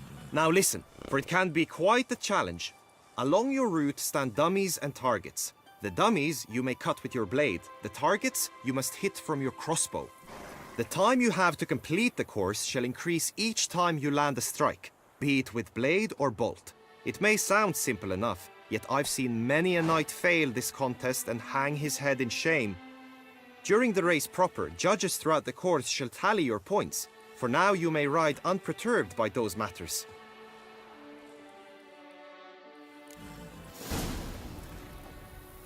Come on, Roach.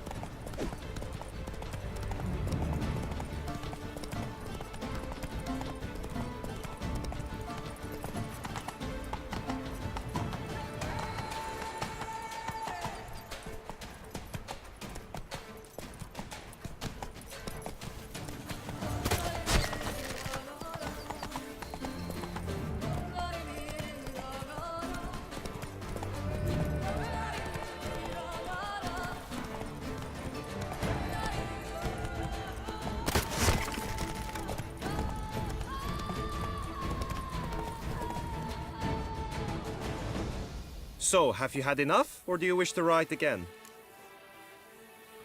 No harm in going again. Practice makes perfect, even for witchers.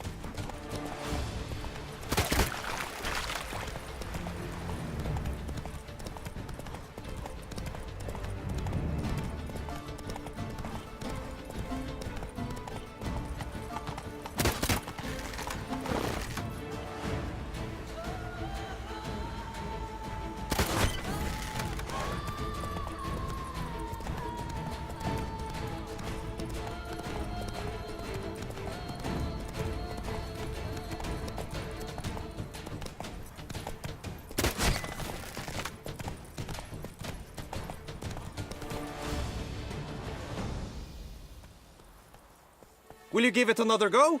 I can set out more dummies. Had enough. Rather not wear my horse down before the real race. Where to now? Be nice to swing, do some footwork, work up a sweat. Very well. We shall practice infantry combat, one-on-one. Each knight opts for his own method. Rainfarn, for instance, fights halberd in hand. Come with me. You will team with other knights to fight. The clash simulates a true skirmish during battle. Come the end, you shall fight a duel. It will determine your place on the podium. I always liked the duels the best, but now I can think only of my Vivian. In the end, it is good you will replace me. I sense I would simply be distracted this time. The gods have sent the beast as punishment for our sins. We have ceased. Behave yourself. My eyes spy, if not boors. Where have your journeys taken you last, brother? Hail, Percy. You must know I've embarked on a quest of truth. Stand at the center of the training ground. A knight will approach and challenge you. It is right and fitting. Duchess, I can fight. Tessa summoned, and you suddenly she is very unkind. Quickly! From the right! Now!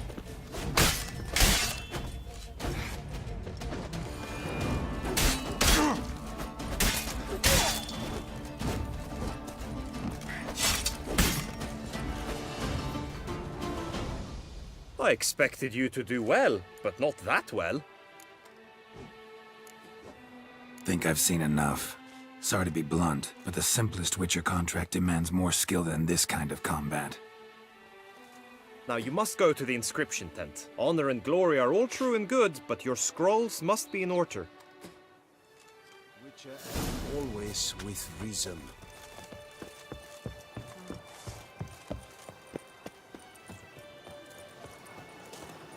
To be born in Toussaint is to be born under a lucky star. Decorator. Little strokes fell great oaks. Kiss a dove's ass. Kiss a dove's ass. Rampona.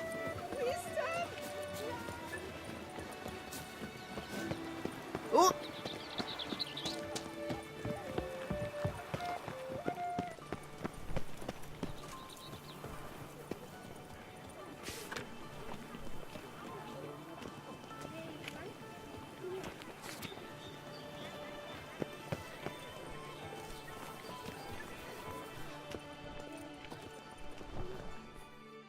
Greetings. Want to join the lists? Naturally, we must first see to formalities, however. At Guillaume's request, I have looked into your personal history in its heraldic aspects. Really? What did you come up with? My findings show you may take part as Geralt of Rivia.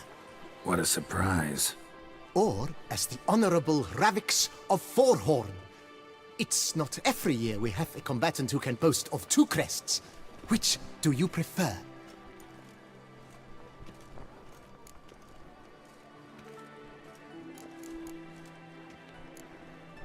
Ravix of Forhorn? How'd you manage to dig that up? Here in Toussaint, we treat heraldry very seriously. One visit to the ducal archives. That is all I needed to acquire the necessary information. Ravix of Forhorn was the name under which you attended a feast honoring Princess Pavetta, daughter of Queen Calanthe of Sintra, on the occasion of her 15th birthday. That's actually right.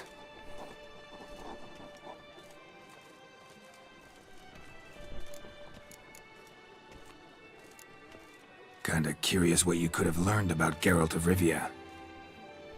In the year 1267, a certain Geralt, a member of the Witches' Guild, was knighted by Queen Meve and dubbed Geralt of Rivia.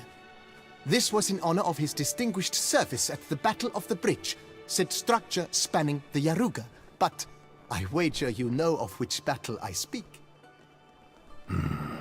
Yeah, those were the days. Kahir and I led a fistful of Nordlings against an entire Nilfgaardian battalion. Won that battle just because we absolutely had to cross the river.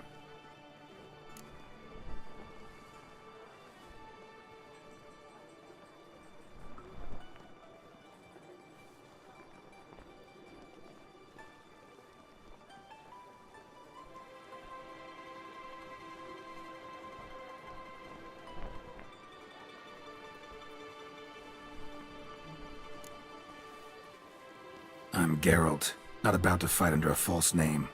You may now take the shield bearing your crest. I'm a Witcher. Shields aren't something Witchers ever use in combat. Who mentioned using it in combat? Not I. The shield commemorates your participation in the tourney. You may take it as a souvenir. In that case, thanks. Have you been instructed as to the tourney's challenges, prizes, and vows? If not, I do hope you will allow me to tell you about them.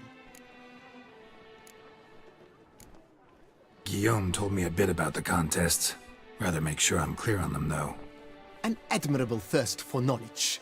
There are contests 3. A shooting range, where you will compete side by side with an opponent. A horse race, during which you will seek to complete the course within a specified time. Any targets hit with bolts or dummies felt with blade will increase the time you have. Finally, the group melee in the arena, crowned with a duel against last year's champion. As each contest ends, its results will be posted on the board outside my tent. This way all will be apprised of who leads at any given moment. Convenient.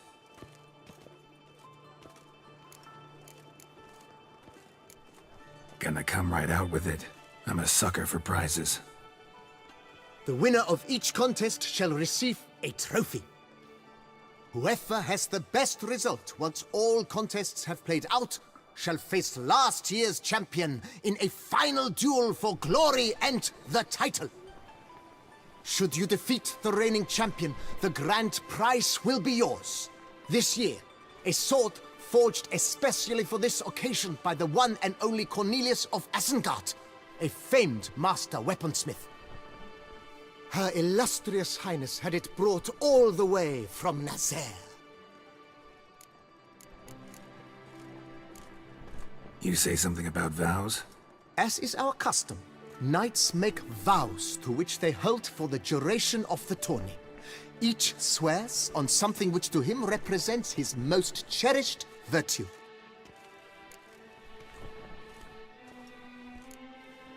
Feels like I know everything I'd ever want to know about chivalric tourneys. Splendid. In that case, you must make your vow. Upon what would you like to swear it?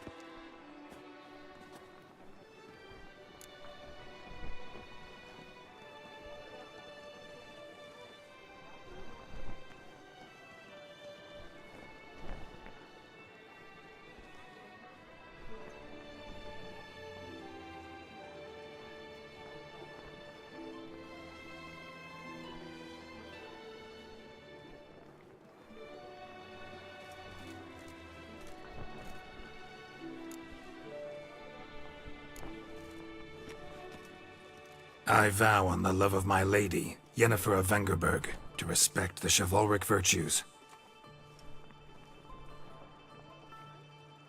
May the gods succor you in your endeavors to overcome. Sign here, please, then fill out these forms. That is all I need from you. Now, as arranged by Guillaume, you shall be fitted with appropriate armor for the tourney. Shiny. You have also been assigned a tent for the tourney's duration. It stands near the arena. Good luck.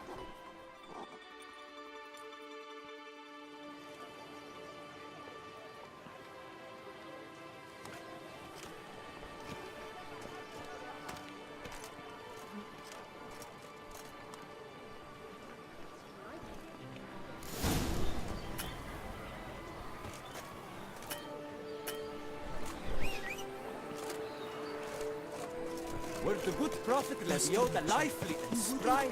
Right, Edrica clams, duck's nipples. Yeah, get them while that's they're what I hot. like. Maybe this year we'll pop off another one.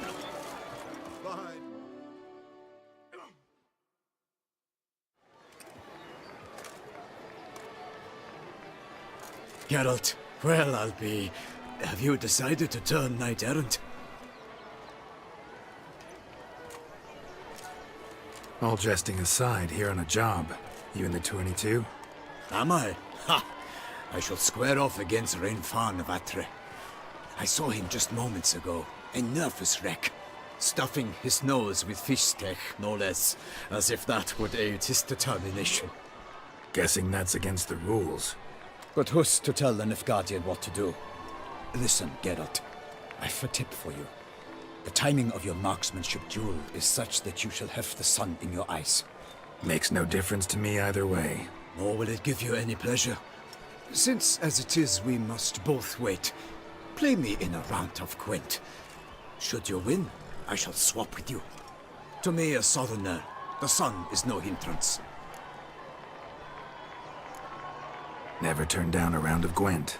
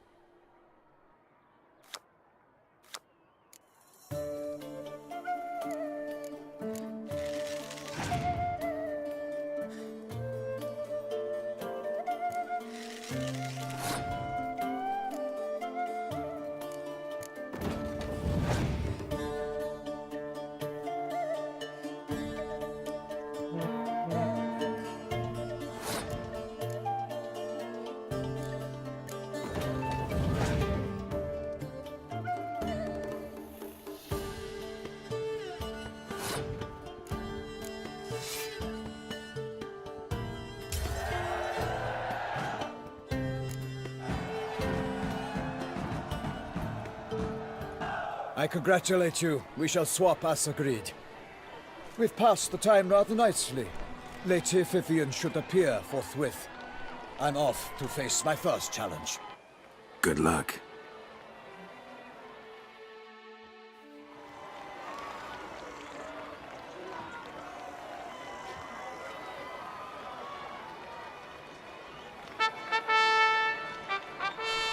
Fair knights, I salute you.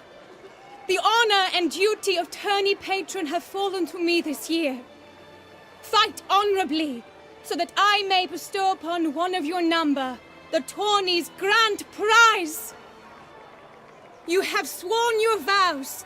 You have readied body and soul. The time has come to test them.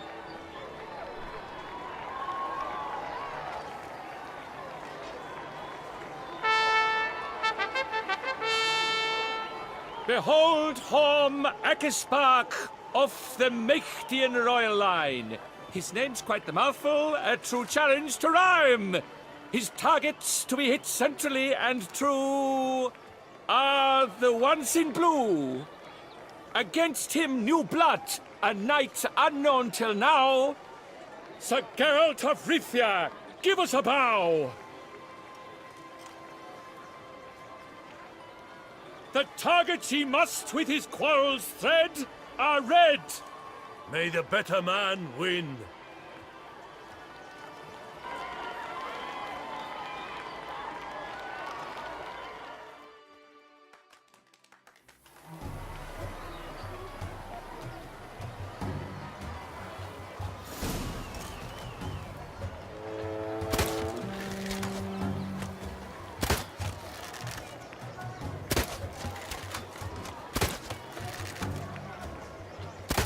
Like a lover ghostly grasping but one fair teat, Geralt's half strewn twixt joyous victory and bitter defeat.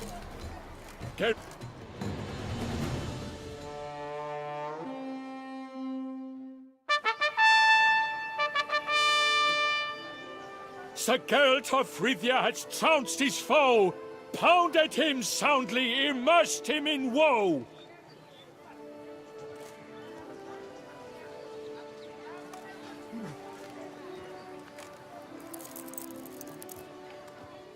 Your prize, sir. A crossbow adorned with your crest. I congratulate you. Thank you, my lady.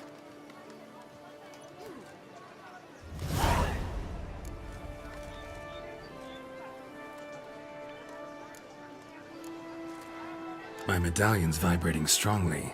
Can only mean one thing. Magic. The explanation is disappointing, I'm afraid.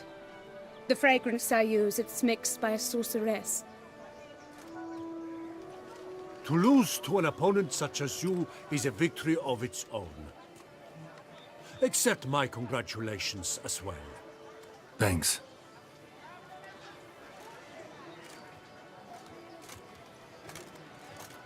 Good work! In the interim, I managed to determine which tent Lady Vivian occupies. Perhaps you could find a clue within it. You're right. Vivian's cursed in some way. Sensed it when she opened the tourney. In that case, we've no time to lose. Let us go. Yeah, let's go now.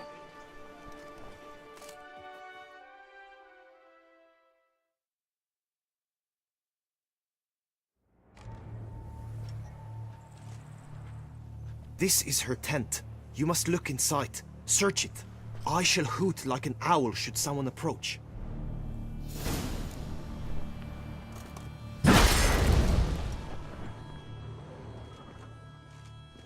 Claw marks, that's clear. Not sure what beast left them. just that it's big. Fair Vivian, thou hast dove's eyes within thy locks. Thy lips are like a thread. Jar of concealing ointment. Thy two breasts. Powerful are magic like at work here.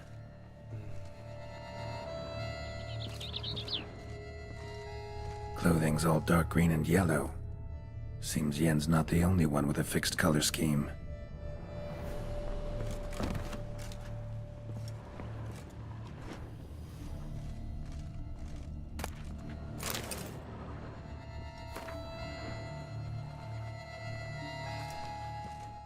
Oriole feather. Vivian keep a bird as a pet?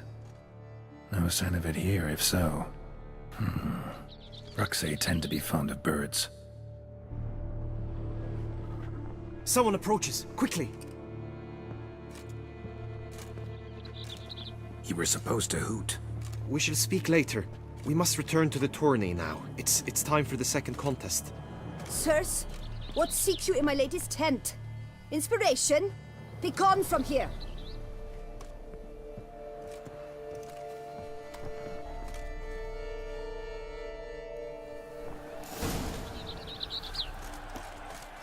Why were you in there? Tourney business. Nothing of import.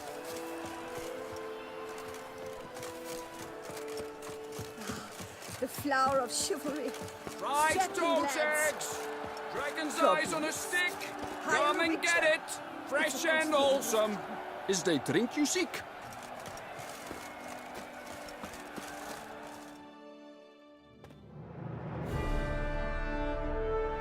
Behold, gallant knights and ladies decorous! Gaze at the host assembled before us! Look upon chivalry's best and most storied! Come from far lands, here to seek glory! Hear now their names as I shout them aloud! Savor their titles, of their presence be proud! Halmarin, the Baron of Lonthal! Linus of Metina!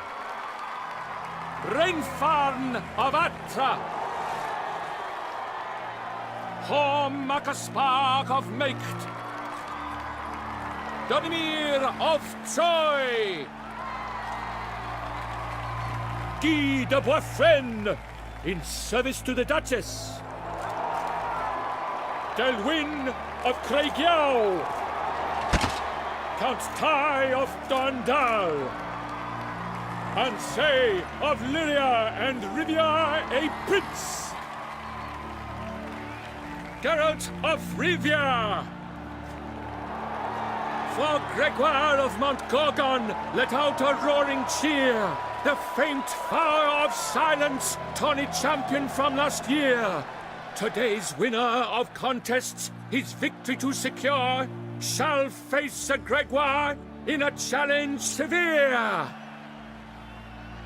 Does ignorance demand a bard intercede?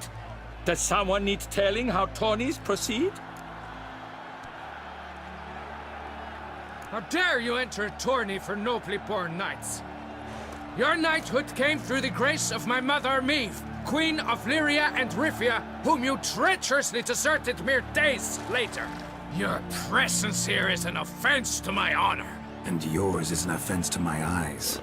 If you're done, step aside, Prince. The tourney's protector, the mate Vivian. Her beauty entrances both beasts and men.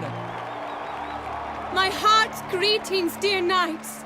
May my grace guide you and show you the path of honor, valor, and glory.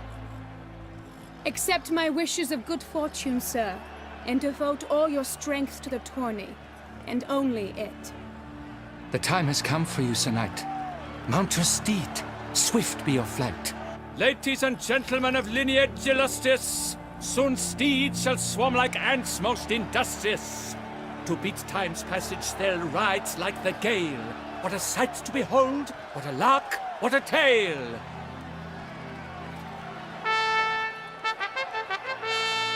Before us Geralt from Rithia come, fast as the wind, bright as the sun.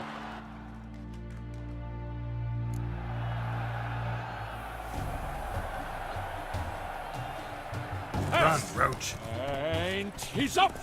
With a thunderous roar, hoofs pounds the ground. No legion of drummers could make such a sound.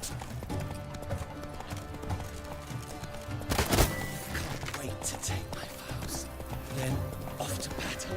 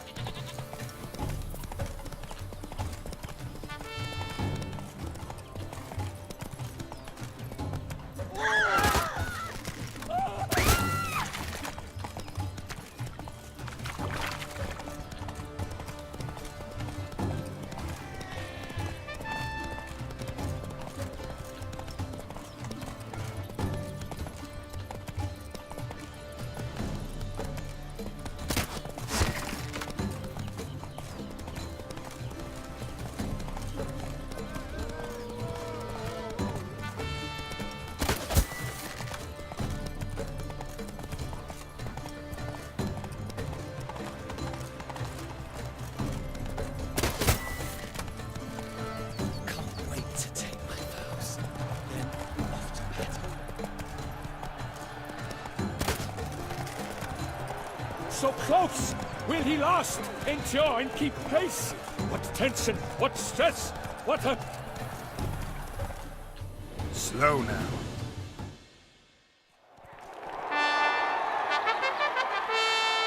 A race of such style, such grace, such speed. To watch was a pleasure, a treat indeed. To honor our entrance, praise each fair knight. We shall feast from eve till dawn's first light. The finest of wine and food shall be served. If you've blood in your veins, come collect what's deserved. I congratulate you. Here, your prize. A saddle adorned with your crest. Many thanks. By the way, my maid saw a man with white hair sneak out of my tent. Would you know who it might have been? No idea. How juvenile.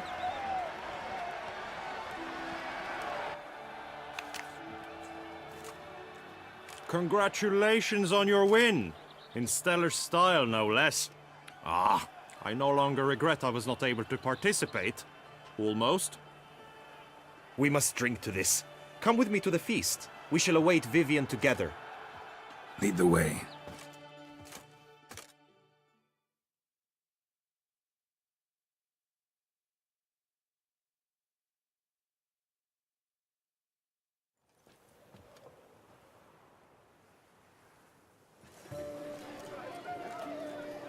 So, any thoughts on Vivian? Her beauty's striking. That is not what I ask. Still too early to say anything I'd be willing to stand behind. Managed to figure one thing out. She uses powerful magic, masking illusions. Do you mean to say she might in truth look different than she seems? Only guessing right now. Found some clues. Got me wondering if your beloved Vivian's not a Bruxa. A Bruxa? You mean a vampiress? Not sure yet. We've still some time before Vivian arrives. Let us drink.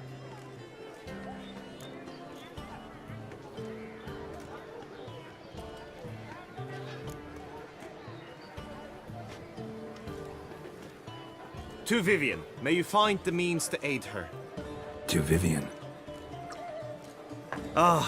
When I first laid eyes on her, I finally understood what all those poems and ballads were trying to say. Love's not poetry alone. Sometimes it's prose. Sometimes it's just plain ugly. You say that only because you do not know Vivian as I do. A life with her would be sweetness itself. Actually, you don't know her all that well either.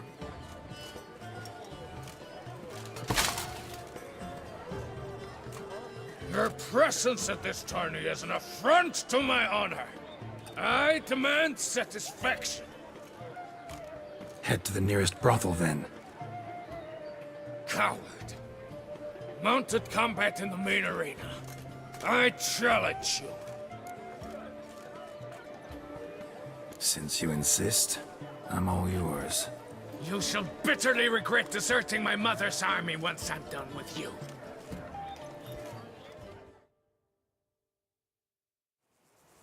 May the blood I will spill wash away the stain of your cowardice! Let's get this over with. Quick. 3, 2, 1!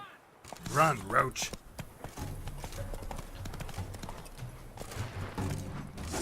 Mistake.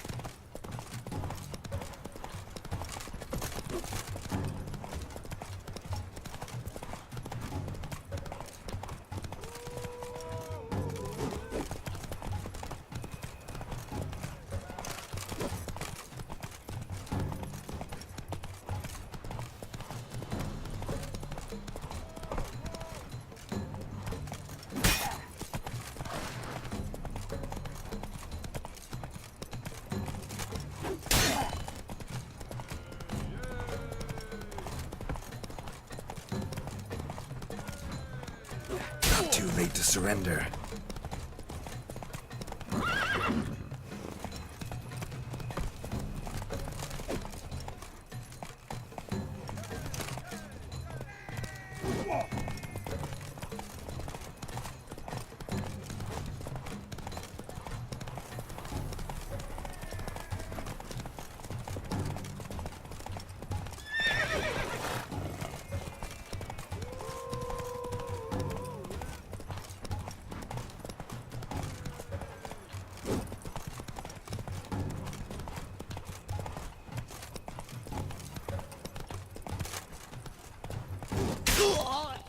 Hey there. For reasons unknown except to them, the gods have chosen to punish me with defeat. But do not think your cowardice will be forgotten. Damn it. You still going on about that? Need to clear this up once and for all. Had to abandon your mother's camp back then because someone else needed my help. Badly. Couldn't refuse them. Didn't want to, in fact. You mean to say you had a secret mission, set off to accomplish it, having vowed to tell no one of its nature, until you did? Something like that. Minus the vow. And, I'd still rather not divulge the nature of my secret mission. Can you accept that as justification? In agreeing to duel, you proved yourself a true knight. Thus, I accept your word as that of a man of honor. Glad to hear it. Now I got work to do.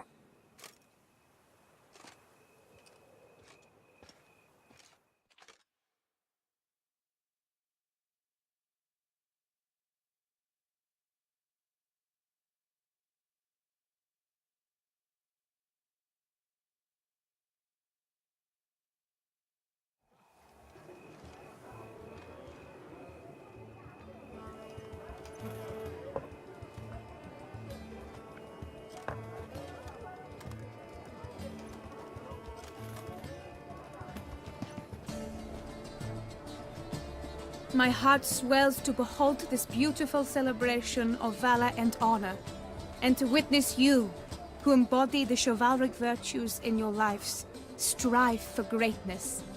Yet, after a time of combat must come a time of peace and respite.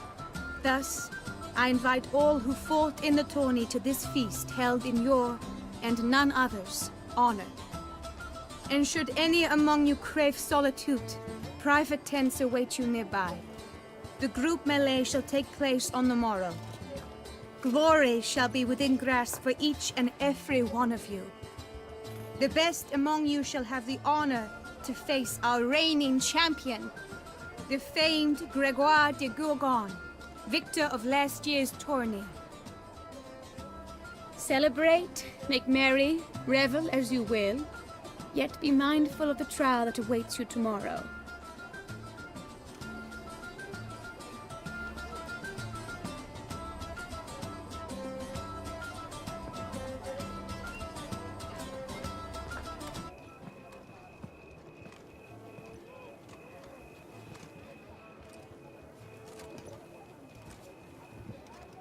Follow her.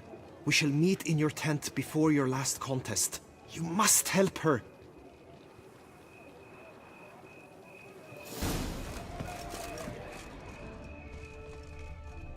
That grey-domed scoundrel, ever seeking Lady Vivian. Some kind of maniac.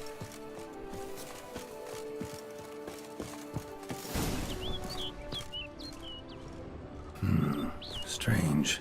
Was sure I'd find her here. Vanished. Melted into thin air. And that bird. She a Bruxa?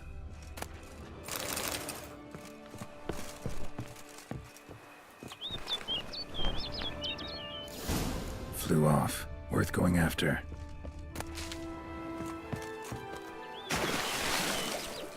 Looks like the bird's leading me somewhere.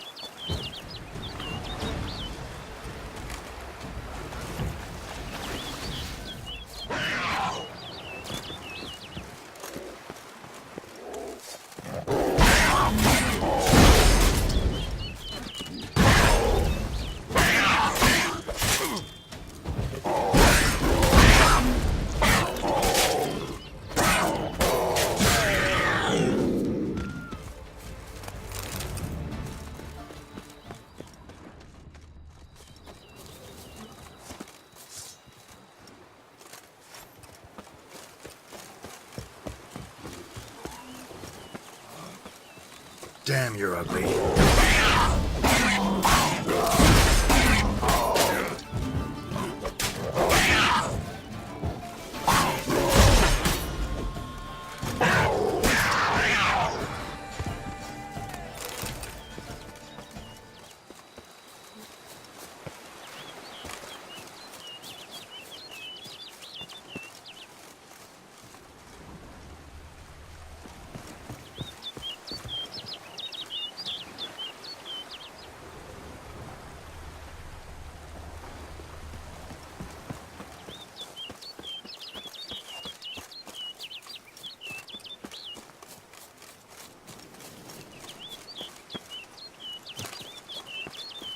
Bird flew off over the hill.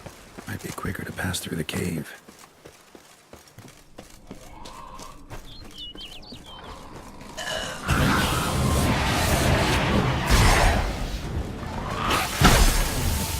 Not bad.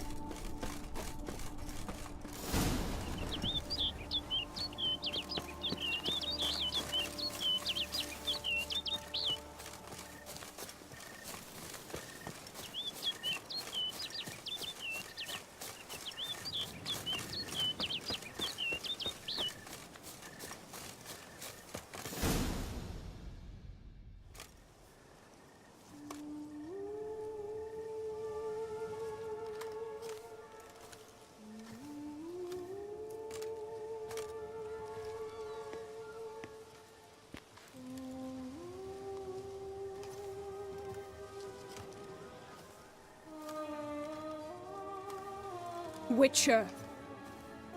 Lady Vivian? Counted on me getting lost. I did. I thought you no different from the knights. Good at tourneys, hopeless in the face of true danger. I was mistaken. So you're not actually a Bruxa? A what? Suspicion I had, that you might be a vampire. Certain details seemed to confirm it. Then I changed my mind. Anyway, unimportant. Hear you come to this clearing often. This is where it all began. And as I was not able to evade you, save myself from you, then I want it done here. In this very spot. With no witnesses. Want what done? Why, you are a witcher. You were hired to kill me, were you not? Then do so, now. And do it quickly, I beg you. I shan't resist. Witchers only hunt monsters. And even then, not all. You're no monster. Then what am I to your eyes? Most likely you've been cursed. Don't know who by or why yet, but hope to find that out soon. If you've no contract on my life, why take an interest at all? Did Guillaume put you up to it? Is that why? He wanted to help you. Asked me to do him a favor. Frankly, if I can do something for you, I'll do it, willingly. Why should I trust you? 'Cause the Duchess trusts me? 'Cause I'm a freak, too? 'Cause cases like yours are my bread and butter. Take your pick. You shall not turn on me. Use what I say against me. You shall not tell anyone? You got nothing to fear. Came here to help you, and I won't peep a word to anyone unless I decide it's absolutely necessary. So be it. I shall tell you what my mama once told me. When she was with child, expecting me, she and my father spent much time together near the wood, here in this clearing. Mama loved to listen to the orioles sing. She would stroke her belly and say, "My daughter should be as beautiful as that bird. Such is my wish." But a creature dwelt in the wood who envied my parents their happiness. One day it appeared before them to say the whole wood belonged to it, and they had dared to delight in something that was not theirs. It demanded payment, and when my parents said that they had nothing, it claimed their unborn daughter as its own. Parents ever describe the creature? They called it a nymph born of the deep woods, with no mother or father. But I was too young, too distraught by the curse's onset to ask after details. What happened after that? Nothing at first. I came into the world a perfectly normal child, and my parents forgot that day's events. But 15 summers into my life, the curse began to show. Initially only when the moon was full. But now it's advanced so that even in daytime I must use magic ointment to mask its symptoms, to look normal. Thus I thought someone had discovered my secret, then hired you to kill me. In fact, I was resigned to death in coming here. Perhaps death would be preferable to my complete and permanent transformation. For I fear that is what lies in store.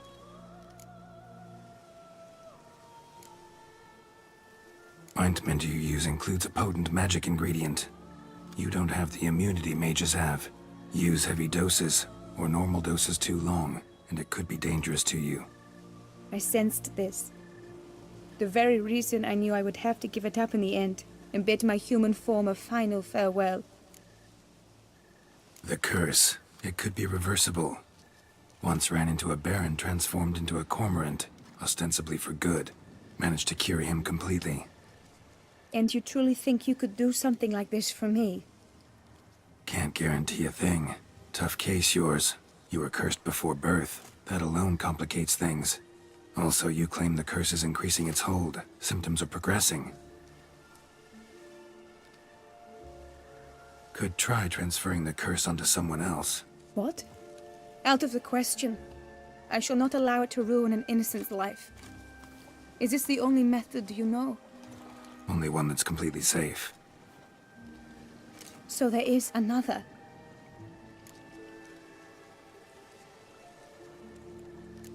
All right, there is another. Ancient ritual. We'd need an Oriole egg. Should release the curse's grip permanently. Gotta warn you, though. Could have serious consequences. Consequences? What kind? Curse was cast before you came into this world. Ritual'd involve transferring it to an as-yet unhatched chick. You'd be free. Thing is, you could be left with the average lifespan of an Oriole.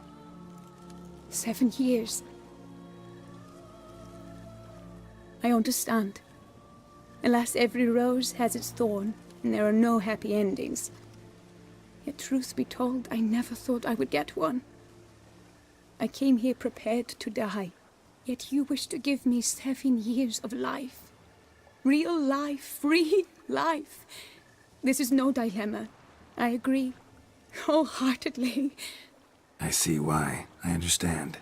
Don't have to decide just yet. Think it through. I will. They must miss me at the tourney grounds by now. Shall we return? Let's. But are you gonna... Yes. I cannot appear there all in feathers. Pardon me for a moment.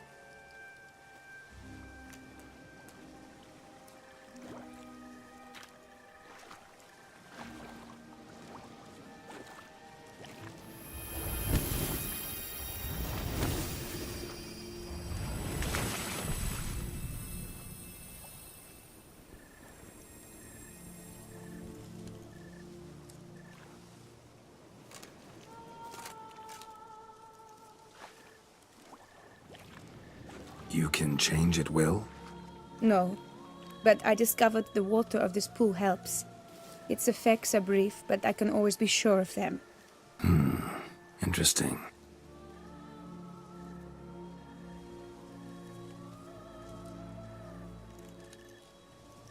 Come.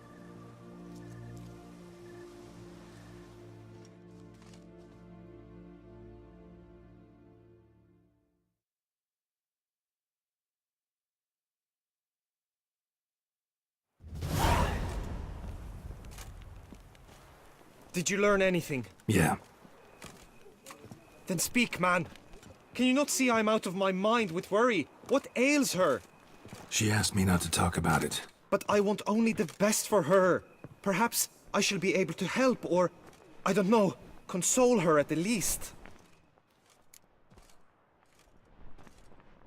We were both right, actually. It is a curse. One that's transforming Vivian into a bird. Her condition's getting worse. Gods! A curse that is a worse affliction than disease.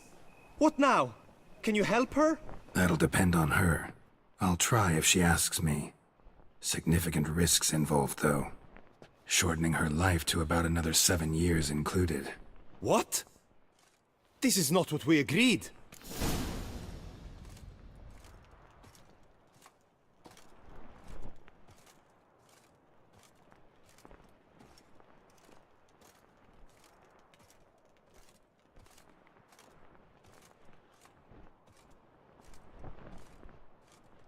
Tough case. Curse's hold on her grows stronger every day.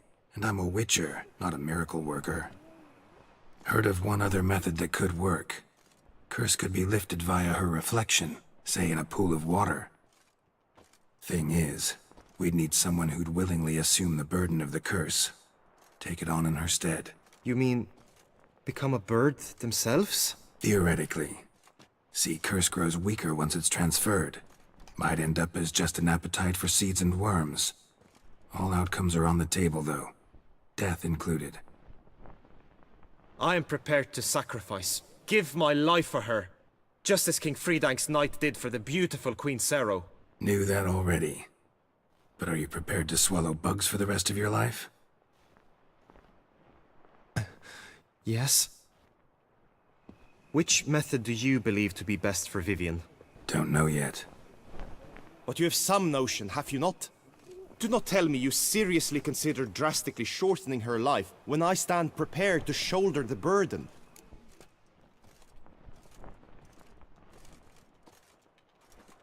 Best route? Ritual with the Oriole egg. Surest method. Won't put any third parties at risk. Third parties? I'm no third party. Let me talk to her. Could very well appreciate your eagerness, change her mind. But it'll have to be her decision. I'm counting on you, Witcher, and I'm content we finally know something. What now? We know all, so you need not see the tourney through. You could withdraw. True, I shall get an earful from the Herald should you fail to show for the last contest, but it's nothing I can't handle. So, what will it be? I don't back out of anything. I'll take part in the last skirmish. Besides, Vivian will be busy till the tourney's end. Indeed. In that case, you must meet the other knights of your team. They await near the arena's entrance, by the training ground. Got it. Thanks.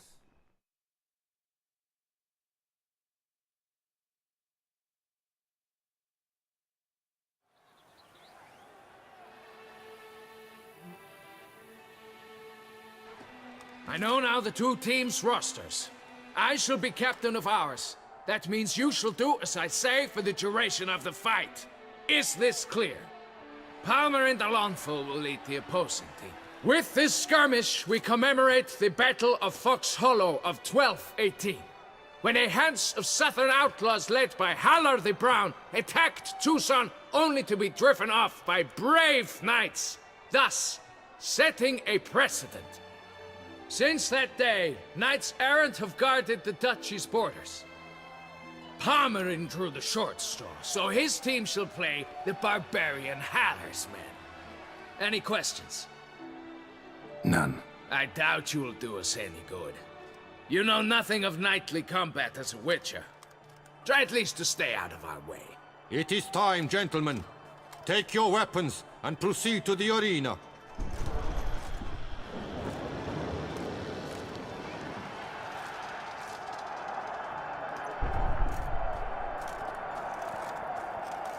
A cheer for the knights, the ladies, the lords. For our next entertainment, the teams shall cross swords. 2 rifle crews, 2 coteries shall fight full tilt till one drops to its knees. Who virtue ignores or lance blows unclean shall forever be branded as shameful, obscene. While the knights prepare, let me say I'm elated to behold such a crowd on edge, breath-baited. Whoever here wins the past champion shall face. All others must leave, heads bowed in disgrace.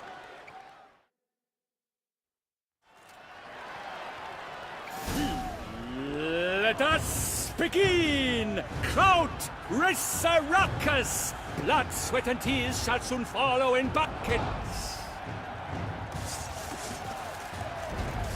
1, 2, 1, 2. Let's No mercy! Yeah.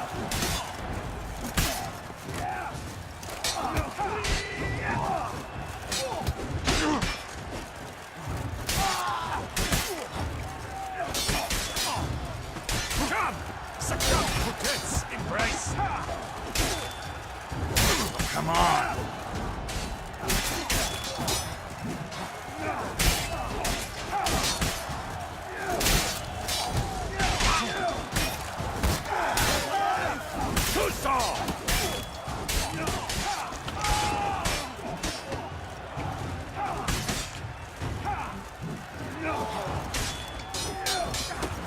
Alone Geralt stands, alone he fights on, but inside does he weep for those who have gone.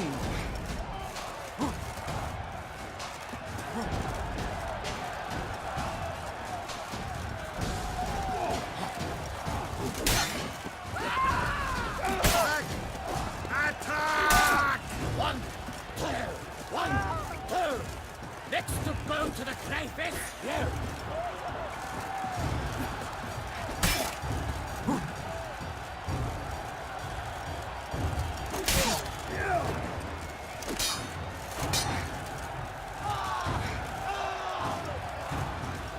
Let us all down, Witcher!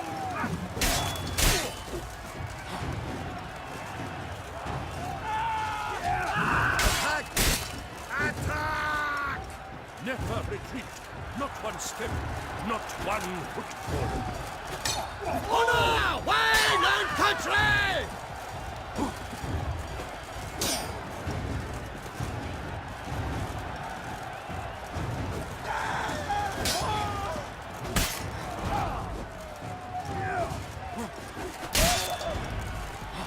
Swish, swash, swish, swash!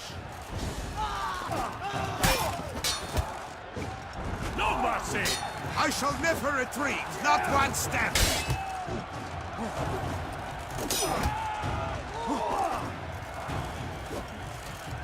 You chose poorly, Witcher!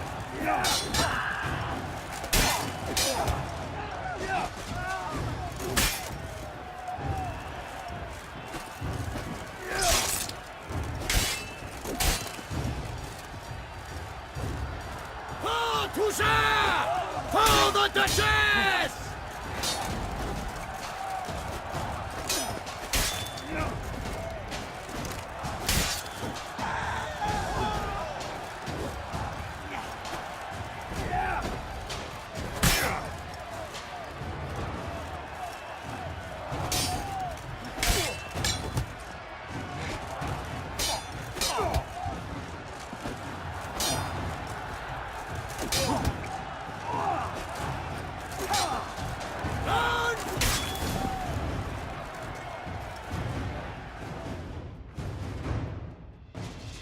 The world's never seen a fight quite so glorious. For showing such verve, each knight was victorious.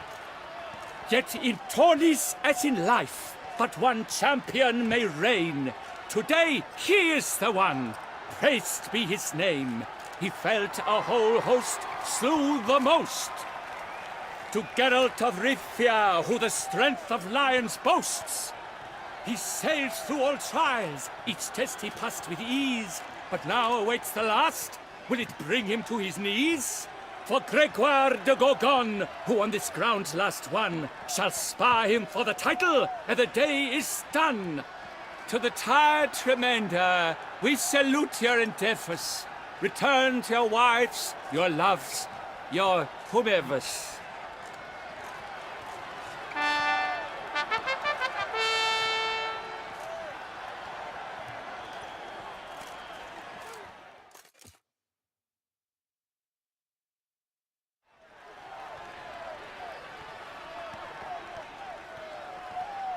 It is time. Step into the arena.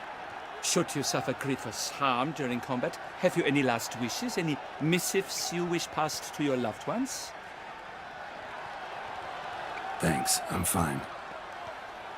The Witcher of Rivia, Geralt his name. Though aged be his visage, do not disdain. His locks true are white, but he was born to fight. Now entering the grounds, a titan of infamy, Gregoire de Gorgon, victor of Lasses Tourney.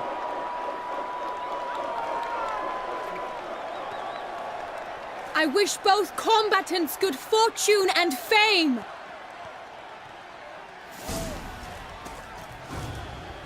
They sink the grounds, the titans lock stairs, ferocious and spry as wolves hunting hares. Mesdames et messieurs, our victor, our champion, the unequaled and silent Gregoire de Gorgon! Hip, hip, hooray! Hooray! And now a few words from us from the Tufo Vineyard. For strong bones and teeth, drink Tufo. A wine for your taste, a wine for your soul.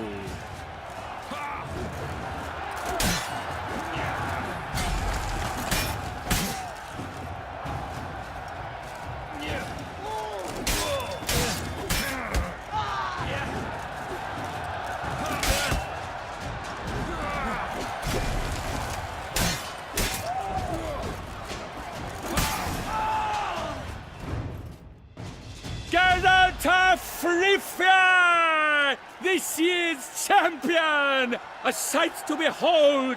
He defeated Gregoire de Gorgon! Hail, Geralt! Herald! Herald! Herald!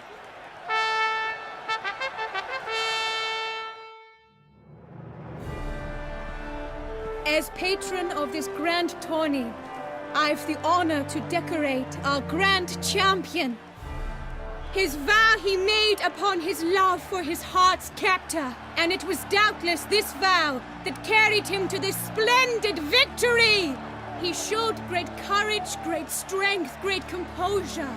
He fought nobly with honor, and thus rightfully deserves the title of this year's Champion of the Arena! I need to talk to you. Not now. We shall meet later in my tent. I've duties to attend to, as do you. Folk regard you. The least you should do is wave.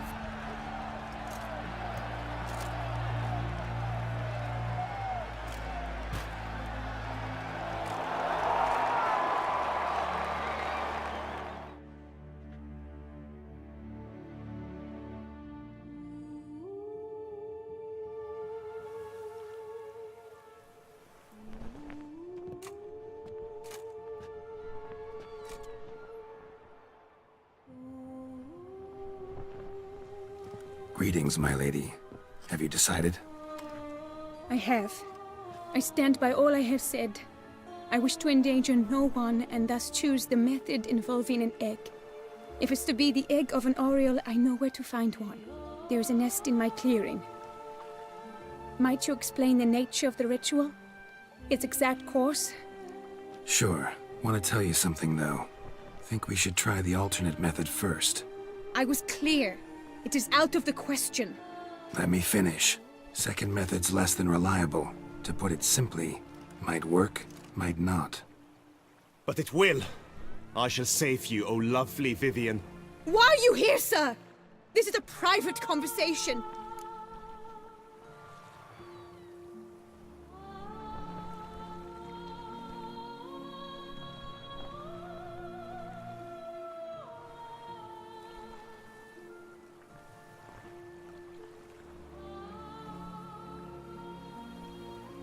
He's not your foe. Got good intentions. You guessed right. He hired me. But only because he wanted to help you. Be not angry, my lady. You no longer bear this burden alone. I know all. You told him! I know a curse afflicts you. A curse which grows more severe by the day. I understand how you feel. My aunt, Countess de Lawnful, once contracted a strange illness which ate away at her from the inside. She grew weaker by the day, the light fading from her eyes. I remember her saying the worst was not the pain, but losing mastery of her own body. She was so helpless.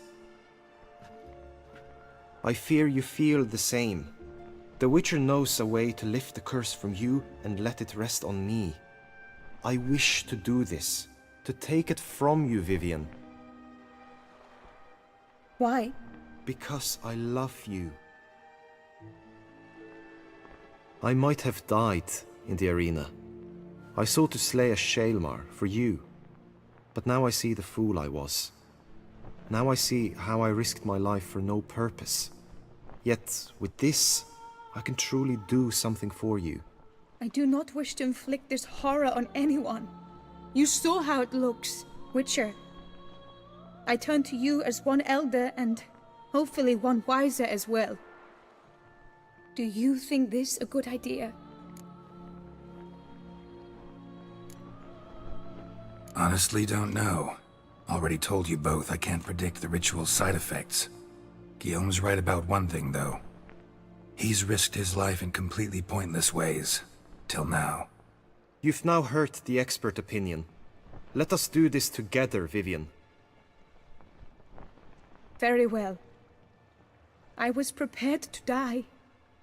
Thus I am also prepared to attempt something mad.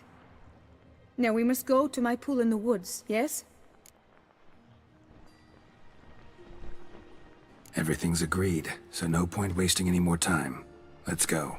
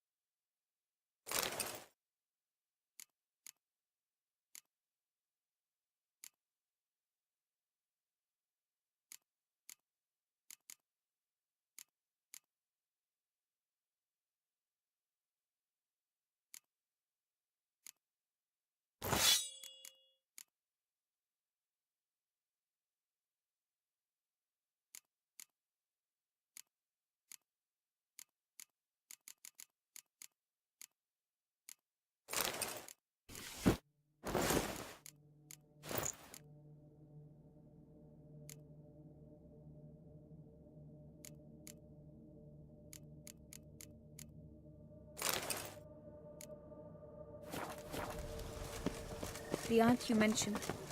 What became of her? She passed on. Die, beast!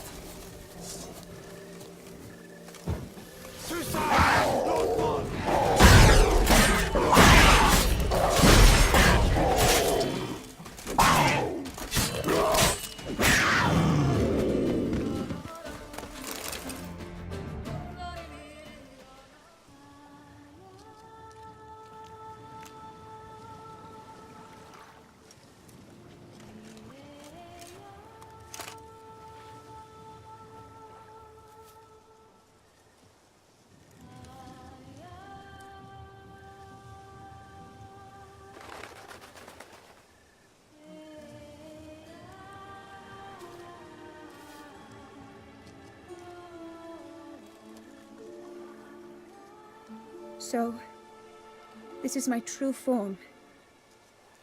It is not too late. You may still change your mind. It would bring no shame. My mind is made up. My resolve is firm. If you can handle it, so will I. You are beautiful to me, even as you stand now.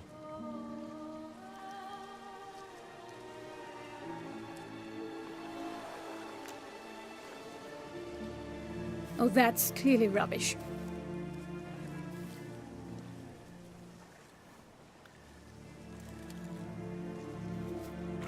Shut your eyes, both of you, and don't move.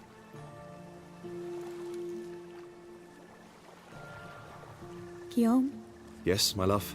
if you become as I am now, I wish you to know I shall not leave you.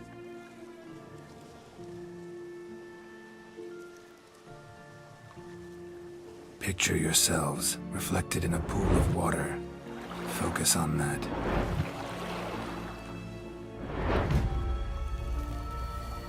Now, open your eyes.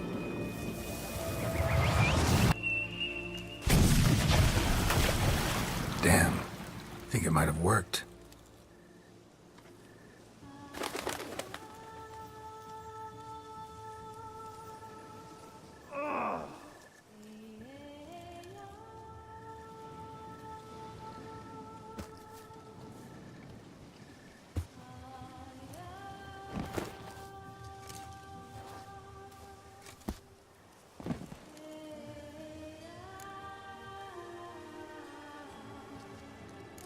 How do you feel?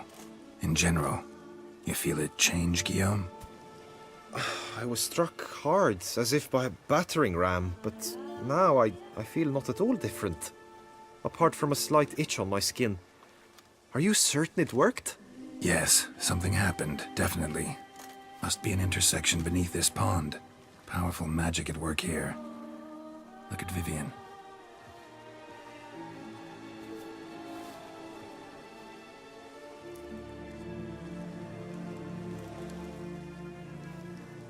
What now?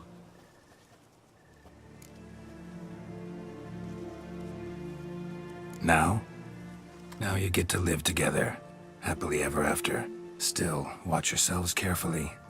Notice any troubling symptoms, find me. Naturally. I thank you, Geralt. Oh, and your payment. At last! I've so much to make up for. Balls to attend, distant lands to see. Free at last, as a bird. Ha! I find you droll. I had not noticed before. But you will not fly away without me. That remains to be seen, I think. But I too must thank you, Witcher. Don't mention it. You take care, both.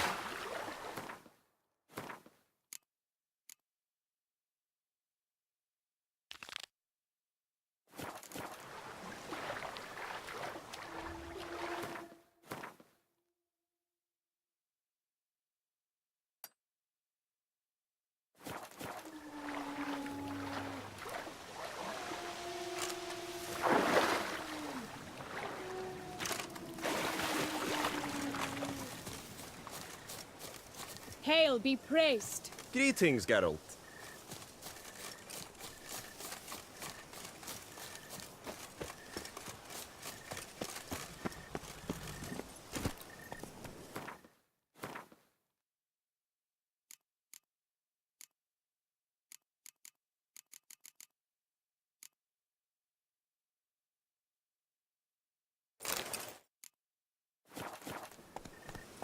Hey-ya!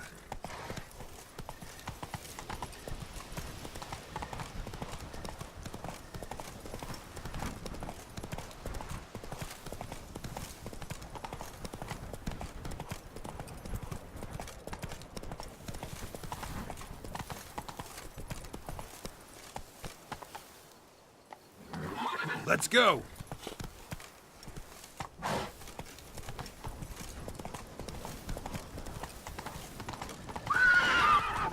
Come on.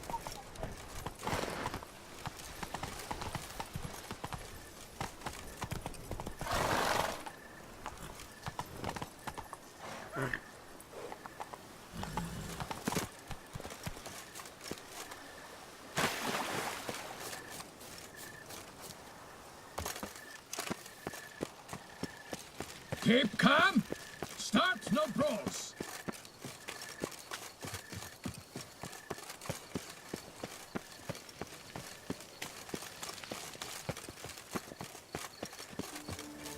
Master Witcher, here to hunt the beast?